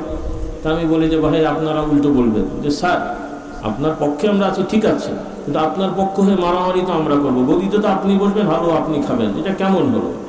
তো আপনি যেহেতু গদিতে বসবেন, হালু আপনি খাবেন, তাহলে আপনারা আসেন এলাকায় বড় বড় মাঠে, আমরা চারিদিকে একসাথে হই। যারা যারা প্রতিদ্বন্দ্বী, আপনারা নিজেরা নিজেরাই মারামারি করে যে জিতবেন আমরা তার সাথে আছি। কি বলবেন? কথা বুঝতে পারেন? হ্যাঁ, আপনারা মারামারি করে আপনি জিতলে আপনার সাথে আমি আছি। আপনার জন্য আমি মারামারি করব আর আপনি সেই দিকে বসে বসে আলু খাবেন, আর তখন আমার কথাটা ভুলে যাবেন। এটা কি যুক্তির কথা বলবো নাকি? বলেন দেখি। হ্যাঁ, আল্লাহ আমাদের হেদায়েত না, কথা বুঝতে পারেননি, বুঝেছেন না? আমি কি কথাগুলো ভুল বলছি? আল্লাহু আকবার। আল্লাহ তাআলা আমাদের হেদায়েত দিন। কাজেই হ্যাঁ, সমাজে দিনের জন্য, ইসলামের জন্য যদি দরকার হয়, কর্মসূচি হয়, সেখানে আপনারা শরীক হবেন, কিন্তু চরম কোনো পন্থা না। আমাদের সমাজে কিছু গণতন্ত্রের নামে, গণতন্ত্রের পদ্ধতি হিসেবে দাবি দাবা আদায়ের কিছু পদ্ধতি, রাস্তাঘাট বন্ধ করা, এরপরে জ্বালাও পোলাও করা, এই ধরনের কিছু কর্মসূচি আছে। আমরা মুসলমান হিসেবে বিশ্বাস করি সাধারণ মানুষের জীবনযাত্রা ব্যাহত করে এই ধরনের কর্মসূচি ইসলামে বৈধ না, হারাম। বলেন এগুলো কি? কথাটা বোঝার চেষ্টা করেন। আপনি দাবি পেশ করতে পারেন, দাবি আদায়ের জন্য যেতে পারেন, কিন্তু আরেকজন মানুষের বা সমাজের ক্ষতি করে, রাষ্ট্রের ক্ষতি করে নিজের দাবি বা গোষ্ঠীর দাবি দাবা আদায়ের যে পদ্ধতি, এই পদ্ধতিটা ইসলামের পদ্ধতি না। বলেন কার পদ্ধতি না? গরু আমরাও খাই, খ্রিস্টান ইহুদিরাও খায়, হিন্দুরা খায় না, কিন্তু খ্রিস্টান ইহুদিরাও গরু খায়। দুই খাওয়া কি সমান? কথা বলে না। দুই খাওয়া সমান? আমরা কেমন করে খাই? জবাই করে, বিসমিল্লাহ বলে জবাই করি, তারপরে সেটা কেটে কেটে খাই। আর অন্য ধর্মে তারা বিসমিল্লাহ বলে, ইহুদি খ্রিস্টানরা কেউ কেউ যারা ধার্মিক তারা বিসমিল্লাহ হয়তো বলে, অনেকে বলবেন, আগে বলতো। এখন যদি কোনো ইহুদি খ্রিস্টান শুধুমাত্র আল্লাহর নাম নিয়ে বিসমিল্লাহ বলে জবাই করে, জবাই কাটে না। কারণ স্বাভাবিক এখন পর্যন্ত আমরা যতটুকু জানি, ধর্মীয়ভাবে ইহুদি খ্রিস্টানদের নিয়ম হলো জবাই করা। কি করা? জবাই মানে এই জায়গায় মানুষের না, কি বল বলেন, আমার মানুষ জবাই করে, গরু ছাগলের এই জায়গায় ঠিক জায়গা মতো যারা জবাই করেন, আমি অত ভালো জানি না, ভুলে যাই, ওই জায়গাটা নির্ধারিত জায়গায় খুব ভালো করে ছুরি ধার দিয়ে ওই জায়গাটা বিসমিল্লাহ বলে কেটে জবাই করে, রক্ত প্রবাহিত হলে তারপরে গরুটা ছাগলটা মারা গেল, এরপরে কেটে গুজে জবাই। এটা হলো ইসলামের বিশিক্ষা। এটা ইহুদি খ্রিস্টানদের মধ্যে অনেকে করে। যদি এটা তারা করে তাহলে কোরআনের আইন অনুযায়ী এই জবাই খাওয়া যায়। কিন্তু বর্তমান আধুনিক সিস্টেমে ইহুদি খ্রিস্টানেরা অনেকেই ইলেকট্রিক শর্ট দিয়ে, এরপরে পিটিয়ে বিভিন্নভাবে হত্যা করে, এরপরে সেটাকে কেটে খায়। ওই ধরনের কোনো পশু খাওয়া, বলেন কি, গরু ছাগল হলেও খাওয়া, শুয়োরের তো প্রশ্নই ওঠে না, খাওয়া যাবে না। তো আমার কথা হলো ভাই, ইহুদি খ্রিস্টান বা নাস্তিক বা অন্য ধর্মের, তাদের রাষ্ট্রের অনেক ধরনের নিয়ম তারা মানে চলে, তারা তাদের মতন করে চলে। আমরা কি তাদের থেকে ধার করা লাগবে? না, আমাদের কোনো বিধান নেই। আমাদের বিধান নেই। রাষ্ট্র কেমন চলবে আমাদের বিধান নেই।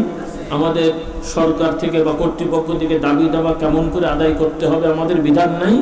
তা আমরা আমাদের বিধান বাদ দিয়ে তাদের বিধানে কেন যাব আমরা? এই যে আপনারা তো বলেন বা আমরা তো বলি ইসলাম পূর্ণাঙ্গ জীবন ব্যবস্থা। তো ইসলাম পূর্ণাঙ্গ জীবন ব্যবস্থা, রাষ্ট্র আইন ইসলামে আছে, তো সেই আইনগুলো বাস্তবায়নের পদ্ধতি ইসলামে আছে না নেই? তখন কেন আমরা গণতন্ত্র, সমাজতন্ত্র, অমুক তমুক তাদের কাছে আমরা ধর্ণা ধরছি? আমাদের নিয়মটা গেল কোথায়? কথাটা একটু বোঝার চেষ্টা করে।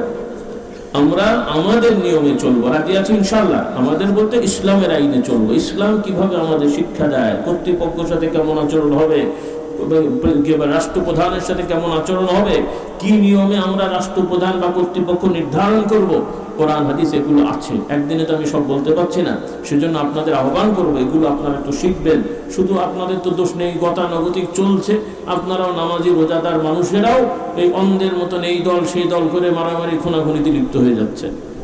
এটা খুব বড় আফসোসের ব্যাপার। আমার অনুরোধ থাকবে, যারা বিভিন্ন দলটল আপনারা ভালোবাসেন সেটা আপনাদের ব্যাপার। বিভিন্ন নেতা এই সমাজে ছিল, কিন্তু স্বাভাবিকভাবে যত বড় বড় দলটল আছে এখন বর্তমানে প্রতিষ্ঠিত, তারা এই দলগুলো যারা প্রতিষ্ঠা করে গেছে তারা কেউই কিন্তু আর এখন বেঁচে নেই। বেঁচে আছে? তারা সবাই মারা গেছে। এখন বলেন তো, যারা এই দলের প্রতিষ্ঠাতা নেতারা ছিলেন, যারাই হোক, কারা কি এখন এই দল চালায়? এখন আপনি সেই নেতার ভক্ত, সেই নেতাকে ভক্তি করে এই দল সেই দল করছেন, কিন্তু তারা তো আর এখন দল চালাচ্ছে না। সেই নেতা যদি ভালো হয়ে থাকে, কিন্তু এখন যারা দল চালাচ্ছে দেখা যায় এই দলের একটা বড় অংশই খারাপ লোক।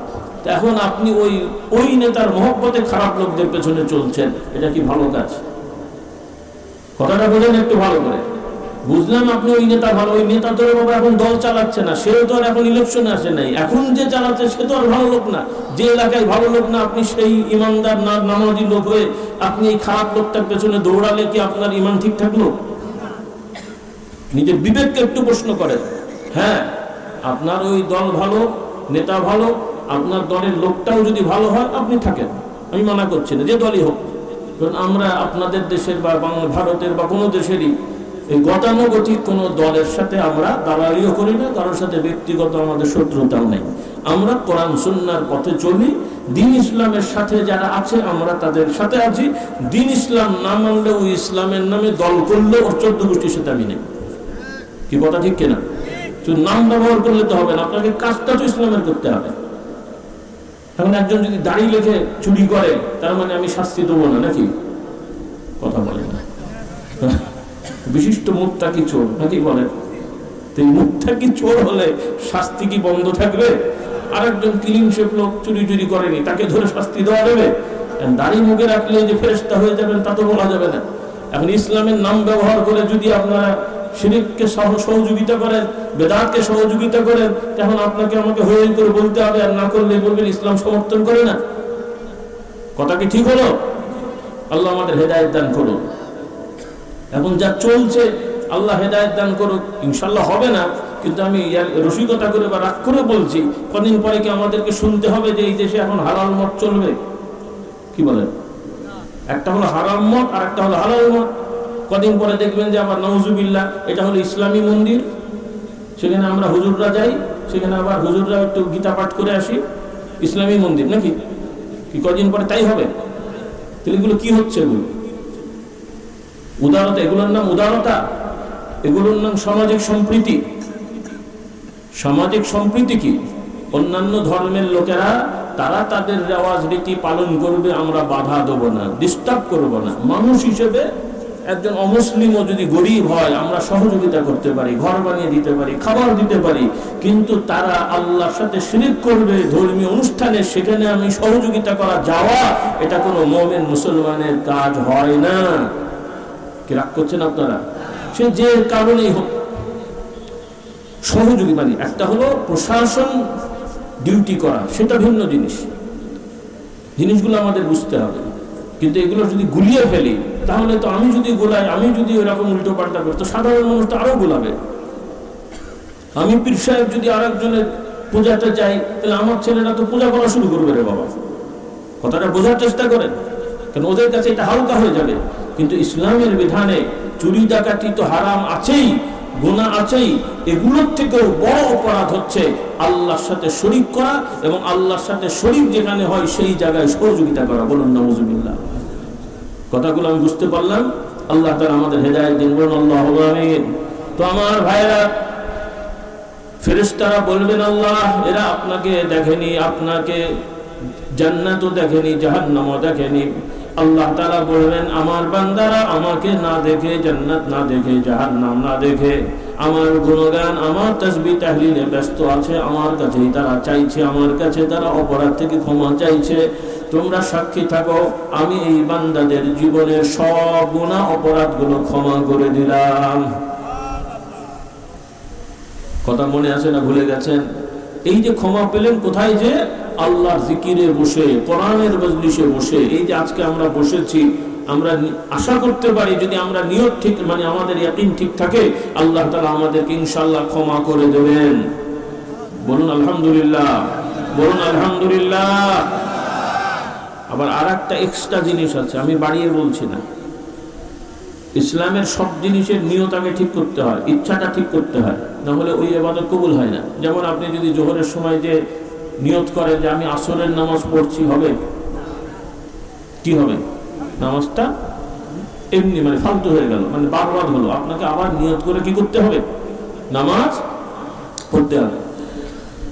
ওই রকম আরেকটা কাজ যদি আপনার নিয়ত গন্ডগোল হয়, ওই ইবাদতটা কবুল হয় না।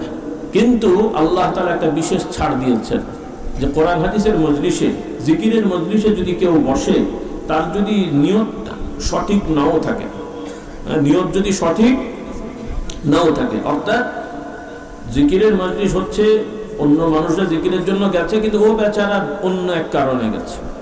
কথার কথা, উদাহরণস্বরূপ গোয়েন্দা বাহিনী তার ডিউটি পালন করতে গেছে, লাইটওয়ালা তার কাজ করতে গেছে, ও তার ওয়াজ শুনতে আসে নাই। হয়তো এই লাইটওয়ালা যে এখন বসে আছে, তাকে যদি আপনারা ভাড়া না করতেন হয়তো এখানে আসতো না। ও বসে আছে, ওর লাইট পাহারা দিচ্ছে। কথার কথা। আর একজন হয়তো অন্য একটা কাজে এসছে।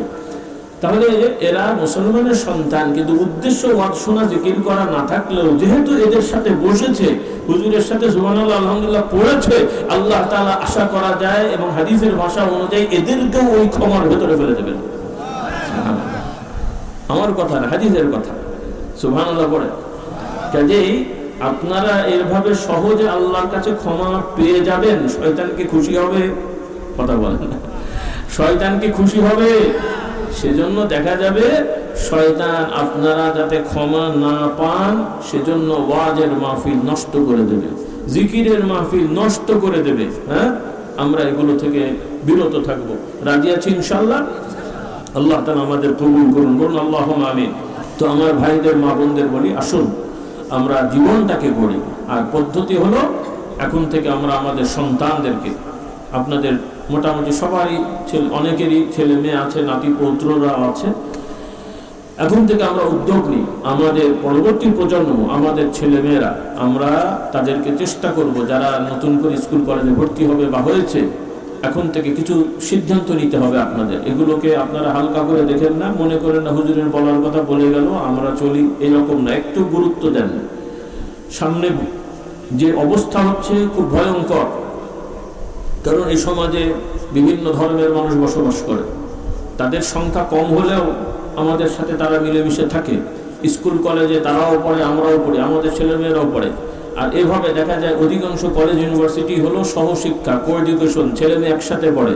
তাতে করে আমাদের ছেলেমেয়েরাও পড়ে, তাদের ছেলেমেয়েরাও পড়ে। এরপরে এমনি তো আমাদের ছেলেমেয়েরা অনেক সময় অন্যায়ভাবে বিয়ে সাথে বলে, বিয়ে করলে তার দোষ নেই, অন্যায়ভাবে তারা থাকাথাকি করে, যেগুলোকে আবার নতুন নাম দিয়েছে কি জানো বাবা, যুবকরা ভালো জানে কি বলে, কথা বলে না, কি বলে live together relation, live together relation, এই রিলেশন লিভ টুগেদার। আবার এগুলো কিছু পরিবারে আবার উৎসাহিতও করে, বলুন নাউজুবিল্লাহ।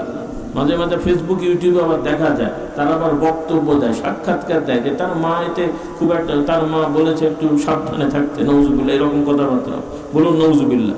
দেখেন কেমন শয়তানি আমাদের মধ্যে। আচ্ছা, এগুলো তো হচ্ছে তার বিয়ে করলে তার কোনো সমস্যা নেই, কিন্তু আপনাদের সমস্যা হলো বিয়ে করলে সমস্যা, কিন্তু লিভ টুগেদার করলে সমস্যা নেই। কি বলেন?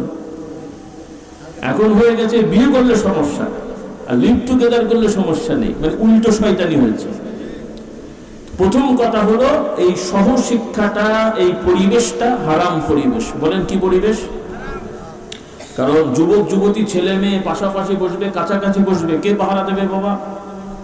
বলেন কে পাহারা দেবে? স্কুল কলেজে কে পাহারা দেবে? বলেন মাস্টাররা পাহারা দেবে। ওনাদেরকে কে পাহারা দেয়? কি বলেন? এই মাস্টারের তো একটা অংশ এগুলোতে লিপ্ত আছে। কদিন আগে খবর পেলাম 50 বছরের বুড়ো 9-10 ছাত্রীকে নিয়ে পালিয়ে গেছে। কি অবস্থা দেখেন। কাজেই আল্লাহর আইনকে একটু মানতে হবে। শিক্ষাতে দোষ নেই, বিদ্যাতে দোষ নেই। ছেলে হোক মেয়ে হোক, আপনাদের ছেলে মেয়েরা শিক্ষিত হোক, বিদ্যাবান, বিদ্যা অর্জন করুক, সমাজে তারা প্রতিষ্ঠিত হোক, এখানে ইসলামেও কোনো বাধা নেই। আমরা আলেম ওলামা যারা সত্যিকার বুঝদার তারাও বাধা দেবে না। কিন্তু প্রশ্নটা হলো কি নিয়মে আপনি শিখাবেন? ছেলে মেয়ে একসাথে, যুবক যুবতী বসবে, শিখবে, এখানে বিদ্যা অর্জন হবে না, কিছু পড়াশোনা হবে, জ্ঞান হবে না। আল্লাহ মাফ করুক, শুনতে খারাপ লাগবে, এটাই সত্য যে এদের অধিকাংশ চরিত্রহীন হবে। আমি বানিয়ে বলছি কথাটা, আদর্শচ্যুত হবে এরা। আর এর সাথে আরেকটা সমস্যা, অন্য ধর্মের হলে তো আবার আরেক মুশকিল, তখন তো আবার সাম্প্রদায়িক দাঙ্গা লাগিয়ে দেবেন আপনারা। আগে আপনারা ঠিক করেন নাই, এখন এই ধর্ম সে ধর্ম, তখন গায়ে লেগে যাচ্ছে, ওই ধর্মের লোক আমার মেয়েকে এই করলো, ওই তো ছেলে। এতদিন কি করলেন আপনারা?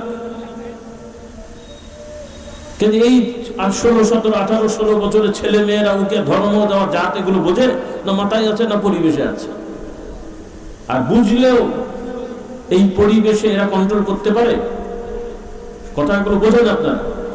এই জন্যে আপনারা উদ্যোগ নেন, যারা এলাকার শিক্ষিত ভাইরা আছেন, জ্ঞানী ভাইরা আছেন, স্কুল কলেজের গভর্নিং বডির সদস্যরা আছেন, নতুন করে প্রতিষ্ঠান করা কঠিন হবে। আপনারা এই প্রতিষ্ঠানগুলোতেই দুটো ভাগ করে ফেলেন, শিফট করে ফেলেন। Day shift, morning shift, evening shift. সকালের এক মানে পর্ব, বিকালের এক পর্ব, এক অংশ মেয়েদের, এক অংশ ছেলেদের। হ্যাঁ, আবার সেখানেও যদি ঝগড়া বেঁধে যায় এরা শীতকালে, তাহলে কারা সকালে নেবেন কারা বিকালে নেবেন ভাগ করে নেন। হ্যাঁ, যে শীতকালে ছেলেদের শোয়ালে একটা কথার কথা আর কি, কেন ওখানে তো আবার এখন গন্ডগোল, বৈষম্য যাতে না হয়, কি বলেন, সম অধিকার, সব জায়গায় সম অধিকার হয়? এটা হয় কোনোদিন? ন্যায্য অধিকার, কি অধিকার বলেন? বলেন, আপনারাও শিখে নেন, মা বোনরাও শিখে নেন, সব জায়গায় সমান হলে তাহলে এখন যে আমাদের সমাজ ব্যবস্থা আছে, তাহলে এগুলো তো সব গন্ডগোল করতে হবে, পারবেন? এখন নিয়ম কি? বিয়ে শাদীর নিয়ম কি? বউকে কে খাওয়ায়? কথা বলে না। এখন যে বিয়ে শাদী হয়, কে কাকে দেনমোহর দেয় বলেন? ইসলামের আইন কি? দেনমোহর দিতে হয় না? কে দেয়? হ্যাঁ, ছেলেরা দেবে, দিতে হবে, এটা হলো আইন। কিন্তু এখন নিয়ম হয়েছে যে কাগজ কলমে লেখা হবে, ছেলে দেনমোহর 3-4 লাখ টাকা দেবে, শ্বশুর বাড়ির থেকে 10-12 আদায় করবে, তাই ধরে। এটাই তো চলছে, কি দিল আর কি হলো বলেন দেখি। এই শয়তানি বন্ধ করতে হবে। আল্লাহ আইনে বিয়ে শাদীতে ছেলেরা দেনমোহর দিতে হবে এবং আদায় করতে হবে, শুধু কাগজ কলমে লিখলে হবে না। জোর করে ক্ষমা চাওয়ানোর কথা বলা যাবে না। এগুলো হচ্ছে আল্লাহর আইন। আচ্ছা, এরপরে ভরণ পোষণ সে দেবে, খাওয়া দাওয়া, থাকা দাওয়া, এগুলো সব স্বামীর দায়িত্ব। স্ত্রীর এগুলো কোনো দায়িত্ব নেই, এগুলো নাই। স্ত্রীর ঘর সামলানো, অর্থাৎ বাচ্চাদের দেখাশোনা, এগুলো তার দায়িত্ব, স্বামীর দায়িত্ব পালন করা। শ্বশুর শাশুড়ি, স্বামীর বাবা মা, 14 গোষ্ঠীর খেদমত করা, এগুলো স্ত্রীর ফরজ দায়িত্ব না। স্ত্রীর এগুলো ফরজ দায়িত্ব না। তিনি যদি পালন করেন, তাকে উৎসাহ দিয়ে আপনি করান, তিনি সওয়াব পাবেন, ভালো। কিন্তু আপনি তাকে প্রেশার দিয়ে, রাগারাগি করে, জোর করে করালে এটা তার উপরে জুলুম হবে। বলেন কি হবে? রাগ করলেন আমার উপরে? ইসলামটা একটু শিখে নেন, কারণ আপনিও আপনার স্ত্রীর প্রতি জুলুম করতে পারেন না।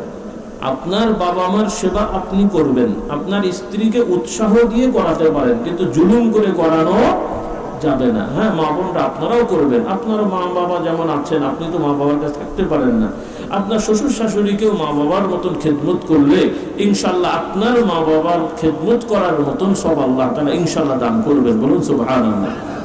কিন্তু আপনারা, আমার মা বোনেরা, আপনারা শ্বশুর শাশুড়ির সাথে বেয়াদবি করবেন না। যেটা পারবেন না সেটা করতে আপনাকে বলা হবে না, এটাই স্বাভাবিক। কিন্তু কোনো স্বামী কোনো স্ত্রীকে অভাবলট বাড়তি কোনো কিছু জোর করে করালে এটা জুলুম হবে। আর এই জুলুম জোর করে করাবেন, সে হয়তো বাধ্য হয়ে করতে হচ্ছে, আপনি আল্লাহর দরবারে আসামি হয়ে যাচ্ছেন। আল্লাহ তাআলা আমাদের হেদায়েত দান করুন। তো যাই হোক, তো ইসলামের আইন অনুযায়ী স্বামী এই দায়িত্বগুলো পালন করবেন। এটা হলো সামাজিক আমাদের শিষ্টাচার। এখন যদি আপনি আমি বলি সমান অধিকার, তাহলে কেমন করবেন বলেন? সমান অধিকার মানে কি? স্বামী তো আর ওনাকে খেতে দিতে বাধ্য না। স্বামী স্বামীরটা খাবে, উনি ওনারটা খাবেন। ছেলে মেয়ে হলে কে কাকে খাওয়াবে বলেন? কথা বলে না। এরপরে বাচ্চা দুধ খাওয়ানোর ব্যাপার হলে তাহলে 6 মাস বাপ খাওয়াবে, 6 মাস মা খাওয়াবে, নাকি বলেন? কেন হবে না? সমান অধিকার তো বললেন আপনারা। তার মানে হলো এগুলো ফালতু কথা। সমান মানে হলো সমান করতে হবে তো আপনাকে। সংসার টিকবে না, হবে না, কি বাস্তবায়ন হবে? কি আইন করবেন? যে আইনগুলো কাফের মুশরিকদের আছে, ওই আইনে কি সমাজ চলে? তাদেরটা চলে, তাদেরটা চলে। কিন্তু তাদের সমাজে যে দেখেন অধিকাংশ বয়স্কদের সন্তানদের খবর নেই, ছেলে মেয়েরা বাপ মার খবর রাখে না, ওগুলো সব মেশিনের মতন, গরু ছাগলের মতন ঘুরে বেড়ায়। বলুন নাউজুবিল্লাহ। তো আপনারা চান আপনাদের ছেলে মেয়ে গরু ছাগলের মতন ঘুরে বেড়ায়? আপনারা ওই গরু ছাগলের মতন, হাঁস মুরগির মতন খোঁয়াড়ে আর এরা চিড়িয়াখানায় থাকেন? চান আপনারা এগুলো? এখন তো অলরেডি বাংলাদেশের মতন দেশে এখন বৃদ্ধাশ্রম হয়েছে। হ্যাঁ, যেই লোকের সন্তানাদি নাই, কেউ দেখার নাই, এমন লোক বৃদ্ধাশ্রমে যায়, সেটা একটা আলাদা কথা। কিন্তু অধিকাংশ বৃদ্ধাশ্রম জানেন তো? হ্যাঁ, মানে যেই জায়গায় বুড়ো বুড়িদেরকে নিয়ে রাখা হয়, খাওয়ানো হয়, রাখা হয়, ব্যবস্থাপনা করা হয়, অধিকাংশ বৃদ্ধাশ্রমের লোকদের একটা বড় অংশ তাদের ছেলে মেয়েরা সমাজে প্রতিষ্ঠিত, ডাক্তার, ইঞ্জিনিয়ার, উকিল, ব্যারিস্টার, সমাজের সচিব টচিব, এই ধরনের মানুষের ছেলে মেয়ে, মানে বাবা মারাও বৃদ্ধাশ্রমে আছে। বলুন নাউজুবিল্লাহ। তার মানে এটা কি? তা আপনারাও চান যে এই দশা হোক আমাদের? এই জন্য এই ধরনের চেতনা মেতনা এগুলো করে মুসলমানের চেতনা না। আপনাদের শিখতে হবে, মা বোনদের শিখতে হবে। আপনারা নারী, আপনারা দাবি করবেন আমাদের নারীদের ন্যায্য অধিকার দিতে হবে, অবশ্যই দিতে হবে। আপনারা সমাজে প্রতিষ্ঠিত হবেন, কর্ম করবেন, কিন্তু ব্যালেন্স করে। একজন মহিলা যা কিছুই করবেন কর্মটর্ম, আপনাকে বিবাহিত হলে স্বামীর হক আদায় করে তারপরে আপনি স্বামী অনুমতি দিলে করবেন। বলবেন অনুমতি কেন হবে, আমি তো এমনি করতে পারি না। আপনি যেহেতু আরেকজনের সাথে চুক্তিবদ্ধ, বিবাহ একটা চুক্তি, তো আপনি এক কোম্পানিতে চুক্তি করে চাকরি করলে তাকে না বলে কি আরেক জায়গায় যেতে পারেন? চুক্তি ঠিক থাকে? তাহলে স্বামীর সাথে চুক্তি হয়েছে বিবাহ, যে আপনি স্বামীর বাড়িতে থাকবেন, স্বামীর সঙ্গে থাকবেন। এখন আপনি অন্য কোথাও কিছু করতে হলে স্বামীকে বলে যেতে হবে। এটা ইসলামের আইন। এখন ভালো না লাগলে এটা ইমানের প্রশ্ন, কারণ আপনি আল্লাহর আইনকে অমান্য করলেন। আর এতে তো আপনার ক্ষতি নাই, আপনার উপকার। কারণ আপনি স্বামীকে যদি আপনি না বলে যান, কোথায় কি করলেন উনি জানে না, বিপদে পড়লে আপনাকে উদ্ধার করতে পারবে। আর যদি উনি জানেন, সময় মতো আসেননি, তিনি খোঁজ লাগাবেন যে আমার বউ কোথায় গেল। আর যদি না জানেন, খুঁজে বের করতে পারবে। তাহলে এই অনুমতিটা আপনার জন্য উপকার না ক্ষতি? আপনি যদি মনে আমি স্বাধীনভাবে ঘুরবো, তো আপনাকে নিয়ে আরেকজন নিয়ে পালালো এবং স্বামী আপনাকে খুঁজে পাবেন না। কথাটা বোঝাচ্ছে? হ্যাঁ, আল্লাহ আমাদেরকে বোঝার তৌফিক দান করুন। কাজে এই অনুমতিটাকে বাঁকা চোখে দেখেন না। এই অনুমতিটা সামাজিক শিষ্টাচার এবং নিরাপত্তার জন্যে। কিসের জন্যে?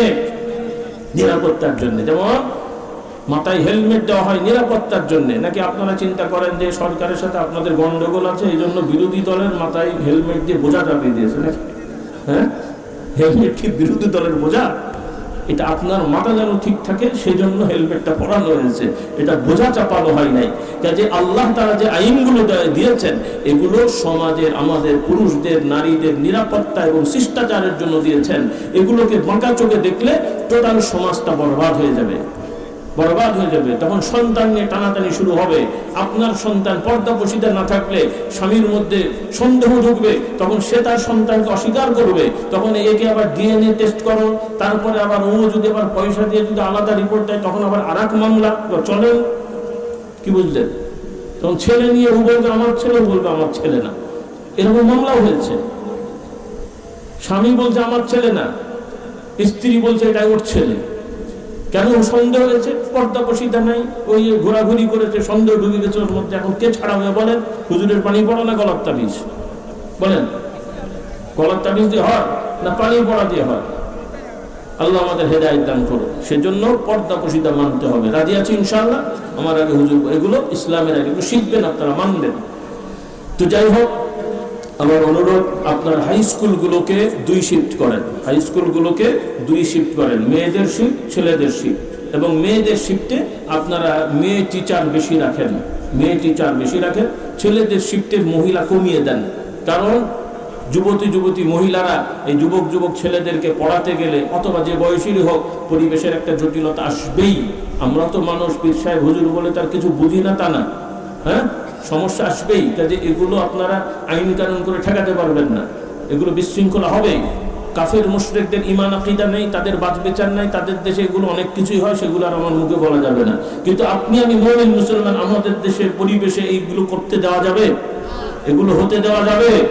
এই জন্যে ছেলেদের প্রতিষ্ঠানে, বিদ্যালয়ে ছেলেরা পড়াবে, মেয়েদের বিদ্যালয়ে মেয়েরা পড়াবে। বিশেষ করে 5-6 উপরে বাচ্চাদের কথা ভিন্ন, সেখানে বৈধ এবং আলাদা করতে পারলে ভালো। এগুলোকে আপনারা হালকা করে দেখবেন না, এগুলো সমাজে বাস্তবায়ন করার চিন্তা করবেন, প্রচেষ্টা করবেন। এভাবে করতে থাকলে, দ্বীন ইসলামের শিক্ষা থাকতে থাকলে আমাদের সমাজের মানুষগুলো ঈমানদার হবে ইনশাআল্লাহ। এই ঈমানের হালতে মারা গেলে পেশা যাই হোক, আল্লাহ তাআলা রহমতের ফেরেশতারা তাদেরকে জান্নাতের সুসংবাদ দান করবে। শুধুমাত্র মাওলানা হুজুররাই জান্নাতি হবে না, আপনার সমাজের যারা মেম্বার, চেয়ারম্যান, এমপি সহ অন্যান্য যারা বিভিন্ন ক্ষমতাবান হবে, তারাও যদি ঈমান আমলের সহিত সমাজ, রাষ্ট্র এবং এলাকা পরিচালনা করে, আল্লাহ রাব্বুল আলামিন তাদেরকেও নিয়ামত দান করবেন। আল্লাহর নবী সুসংবাদ দিয়েছেন যে এই সমাজের প্রশাসক যারা হবে, তারা যদি ন্যায় নীতি ইনসাফের সহিত, ঈমানের সহিত সমাজ পরিচালনা করে, আল্লাহ রাব্বুল আলামিন তাদেরকে কিয়ামতের ময়দানে আল্লাহ তাআলার নিজস্ব ছায়াতে ছায়া দান করবেন। কাজেই তাদেরকে বাঁকা চোখে দেখার সুযোগ নেই। খতিব সাহেব, ইমাম সাহেব যে জান্নাতে যাবেন তা নয়, এই সমাজের মেম্বার, চেয়ারম্যান, এমপিরাও যদি সত্য কথা বলেন, আমানতদারি হন, মানুষের সাথে ভালো ব্যবহার করেন, নিজের ঈমান আমল ঠিক রাখেন, তারা সাধারণ হুজুরের তুলনায় কিয়ামতে মর্যাদা বেশি পাবেন। বলেন না সুবহানাল্লাহ। আমি বাড়িয়ে বললাম, পাম দিয়ে কথা বললাম? কারণ একজন সাধারণ হুজুর মানুষ, উনি তো ভালো কথা বলবে, ওনারা আমানতের আর খেয়ানতের কি আছে? কিন্তু একজন দায়িত্বশীল, তার হাতে কোটি কোটি হাজার হাজার টাকা আসবে, কোটি কোটি টাকা আসবে, সে নয় ছয় করবে না, এটা বড় ইবাদত। বলুন সুবহানাল্লাহ। তার কাছে অনেক লোক সালিশ নিয়ে আসবে, তার কাছের লোক আসবে, অন্যায় করেছে, আরেকজন হয়তো তাকে এক সময় ভুল বলেছিল, সে জানে যে আমার দলের না, তারপরও দেখা যাবে যে সে ন্যায় বিচার করবে, আল্লাহ তাআলা খুশি হয়ে যাবেন। বলুন সুবহানাল্লাহ। এই ন্যায় বিচার প্রতিষ্ঠা করতে হবে। রাজি আছেন ইনশাআল্লাহ? আমার অনুরোধ, সমাজে আপনারা চিন্তা করবেন, দল থাকবে, কিন্তু দলের ঊর্ধ্বে আসতে হবে আপনাকে, দল মতের ঊর্ধ্বে এসে চেষ্টা থাকতে হবে সমাজে যেন ভালো লোকরা দায়িত্ব পায়। বলেন কি লোক? কি লোক? আর মুসলমানের মধ্যে নামাজ না পড়লে ভালো হয়, রোজা না রাখলে ভালো হয়, হ্যাঁ, ফরজ ইবাদত না করলে ভালো হয়? এখন আপনারাই চিন্তা করেন। হ্যাঁ, যদি এমন হয়, কথার কথা, আপনারা আমার মাইন্ড করেন না, আমি হুজুর হয়েও বলছি, যদি কোনো এলাকায় এমন হয় যে একজন মুসলমানের বাচ্চা কিন্তু সে অসৎ, পক্ষান্তরে আরেকজন ক্যান্ডিডেট সে অমুসলিম কিন্তু সৎ, সেক্ষেত্রেও সামাজিকভাবে বিবেচনায় দেখতে হবে যে আপনি প্রয়োজন হলে অমুসলিমকে শনাক্ত করবেন, কিন্তু কোনো জালিম দুষ্ট বেনামাজি মুসলমানকে শনাক্ত করবেন না, কারণ ও নামে মুসলমান হলেও একে দিয়ে ইসলামের ক্ষতি ছাড়া কোনো উপকার হবে না। শুনতে হয়তো কথাটা খারাপ লাগছে, কিন্তু এটা বাস্তব। হ্যাঁ, এই মুসলমানের সন্তান ঠিক আছে, কিন্তু যে লোক মুসলমানের সন্তান নামাজ পড়ে না, জেনা ব্যভিচারে লিপ্ত, খুন খারাপে লিপ্ত, এই লোক কি সমাজে ইসলামের খেদমত হবে না সমাজের খেদমত হবে? আর একজন অমুসলিমও যদি হয়, সেও যদি ব্যক্তিগতভাবে সত্য হয়, তার আকীদাটা নিয়ে সে যা কিয়ামতে আল্লাহর কাছে দাঁড়াবে, কিন্তু সামাজিকভাবে তো আপনি বিপদ থেকে মুক্ত হবেন। কথাটা বোঝার চেষ্টা করেন, উল্টো বুঝেন না আমাকে। কারণ এই সমস্যা আছে, আমি জানি বিভিন্ন জায়গায়, আপনার দেশে নাই, তবে অনেক জায়গায় আছে এগুলো। এখানে বাস্তবতা আপনাকে বুঝতে হবে, এখানে গোলামি করলে হবে না। আল্লাহ আমাদের হেদায়েত দান করুন, কবুল করুন।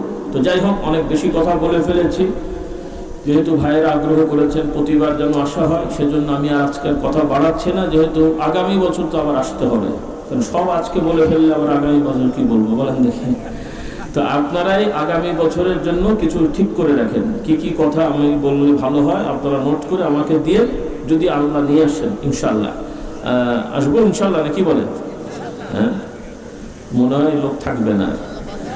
আচ্ছা, আপনারা শুধু আসবেন না, আরো লোকজন দাওয়াত দিয়ে নিয়ে আসবেন। হ্যাঁ, আর কিতাব নিয়ে যাবেন, আজকে একটা কিতাব নিয়ে যাবেন ইনশাআল্লাহ। বলেন, খুব বেশি দাম না, 10 টাকা থেকে শুরু করে বিভিন্ন দামের আছে, বেশি না থাকলেও অন্তত 10 টাকা খরচ করে একটা বই নিয়ে যান। বিভিন্ন বই আছে, আলাদা আলাদা আমাদের অ্যাড্রেস করা আছে, নারীদের, বাচ্চাদের, যুবকদের, ছাত্রদের, এরপরে যারা পীর মাশায়েখের মুরিদ হন তারা সহ, আদাবুল মুরিদ, এরপরে আমলুল কুলুব, তরিকা, তাসাউফ, সর্ব বিষয়ে মোটামুটি প্রয়োজনীয় ঈমান, আমল, নামাজ, রোজা ইত্যাদি শেখার বিভিন্ন বিষয়ের বই আছে, আমরা সংগ্রহ করব। বলি ইনশাআল্লাহ।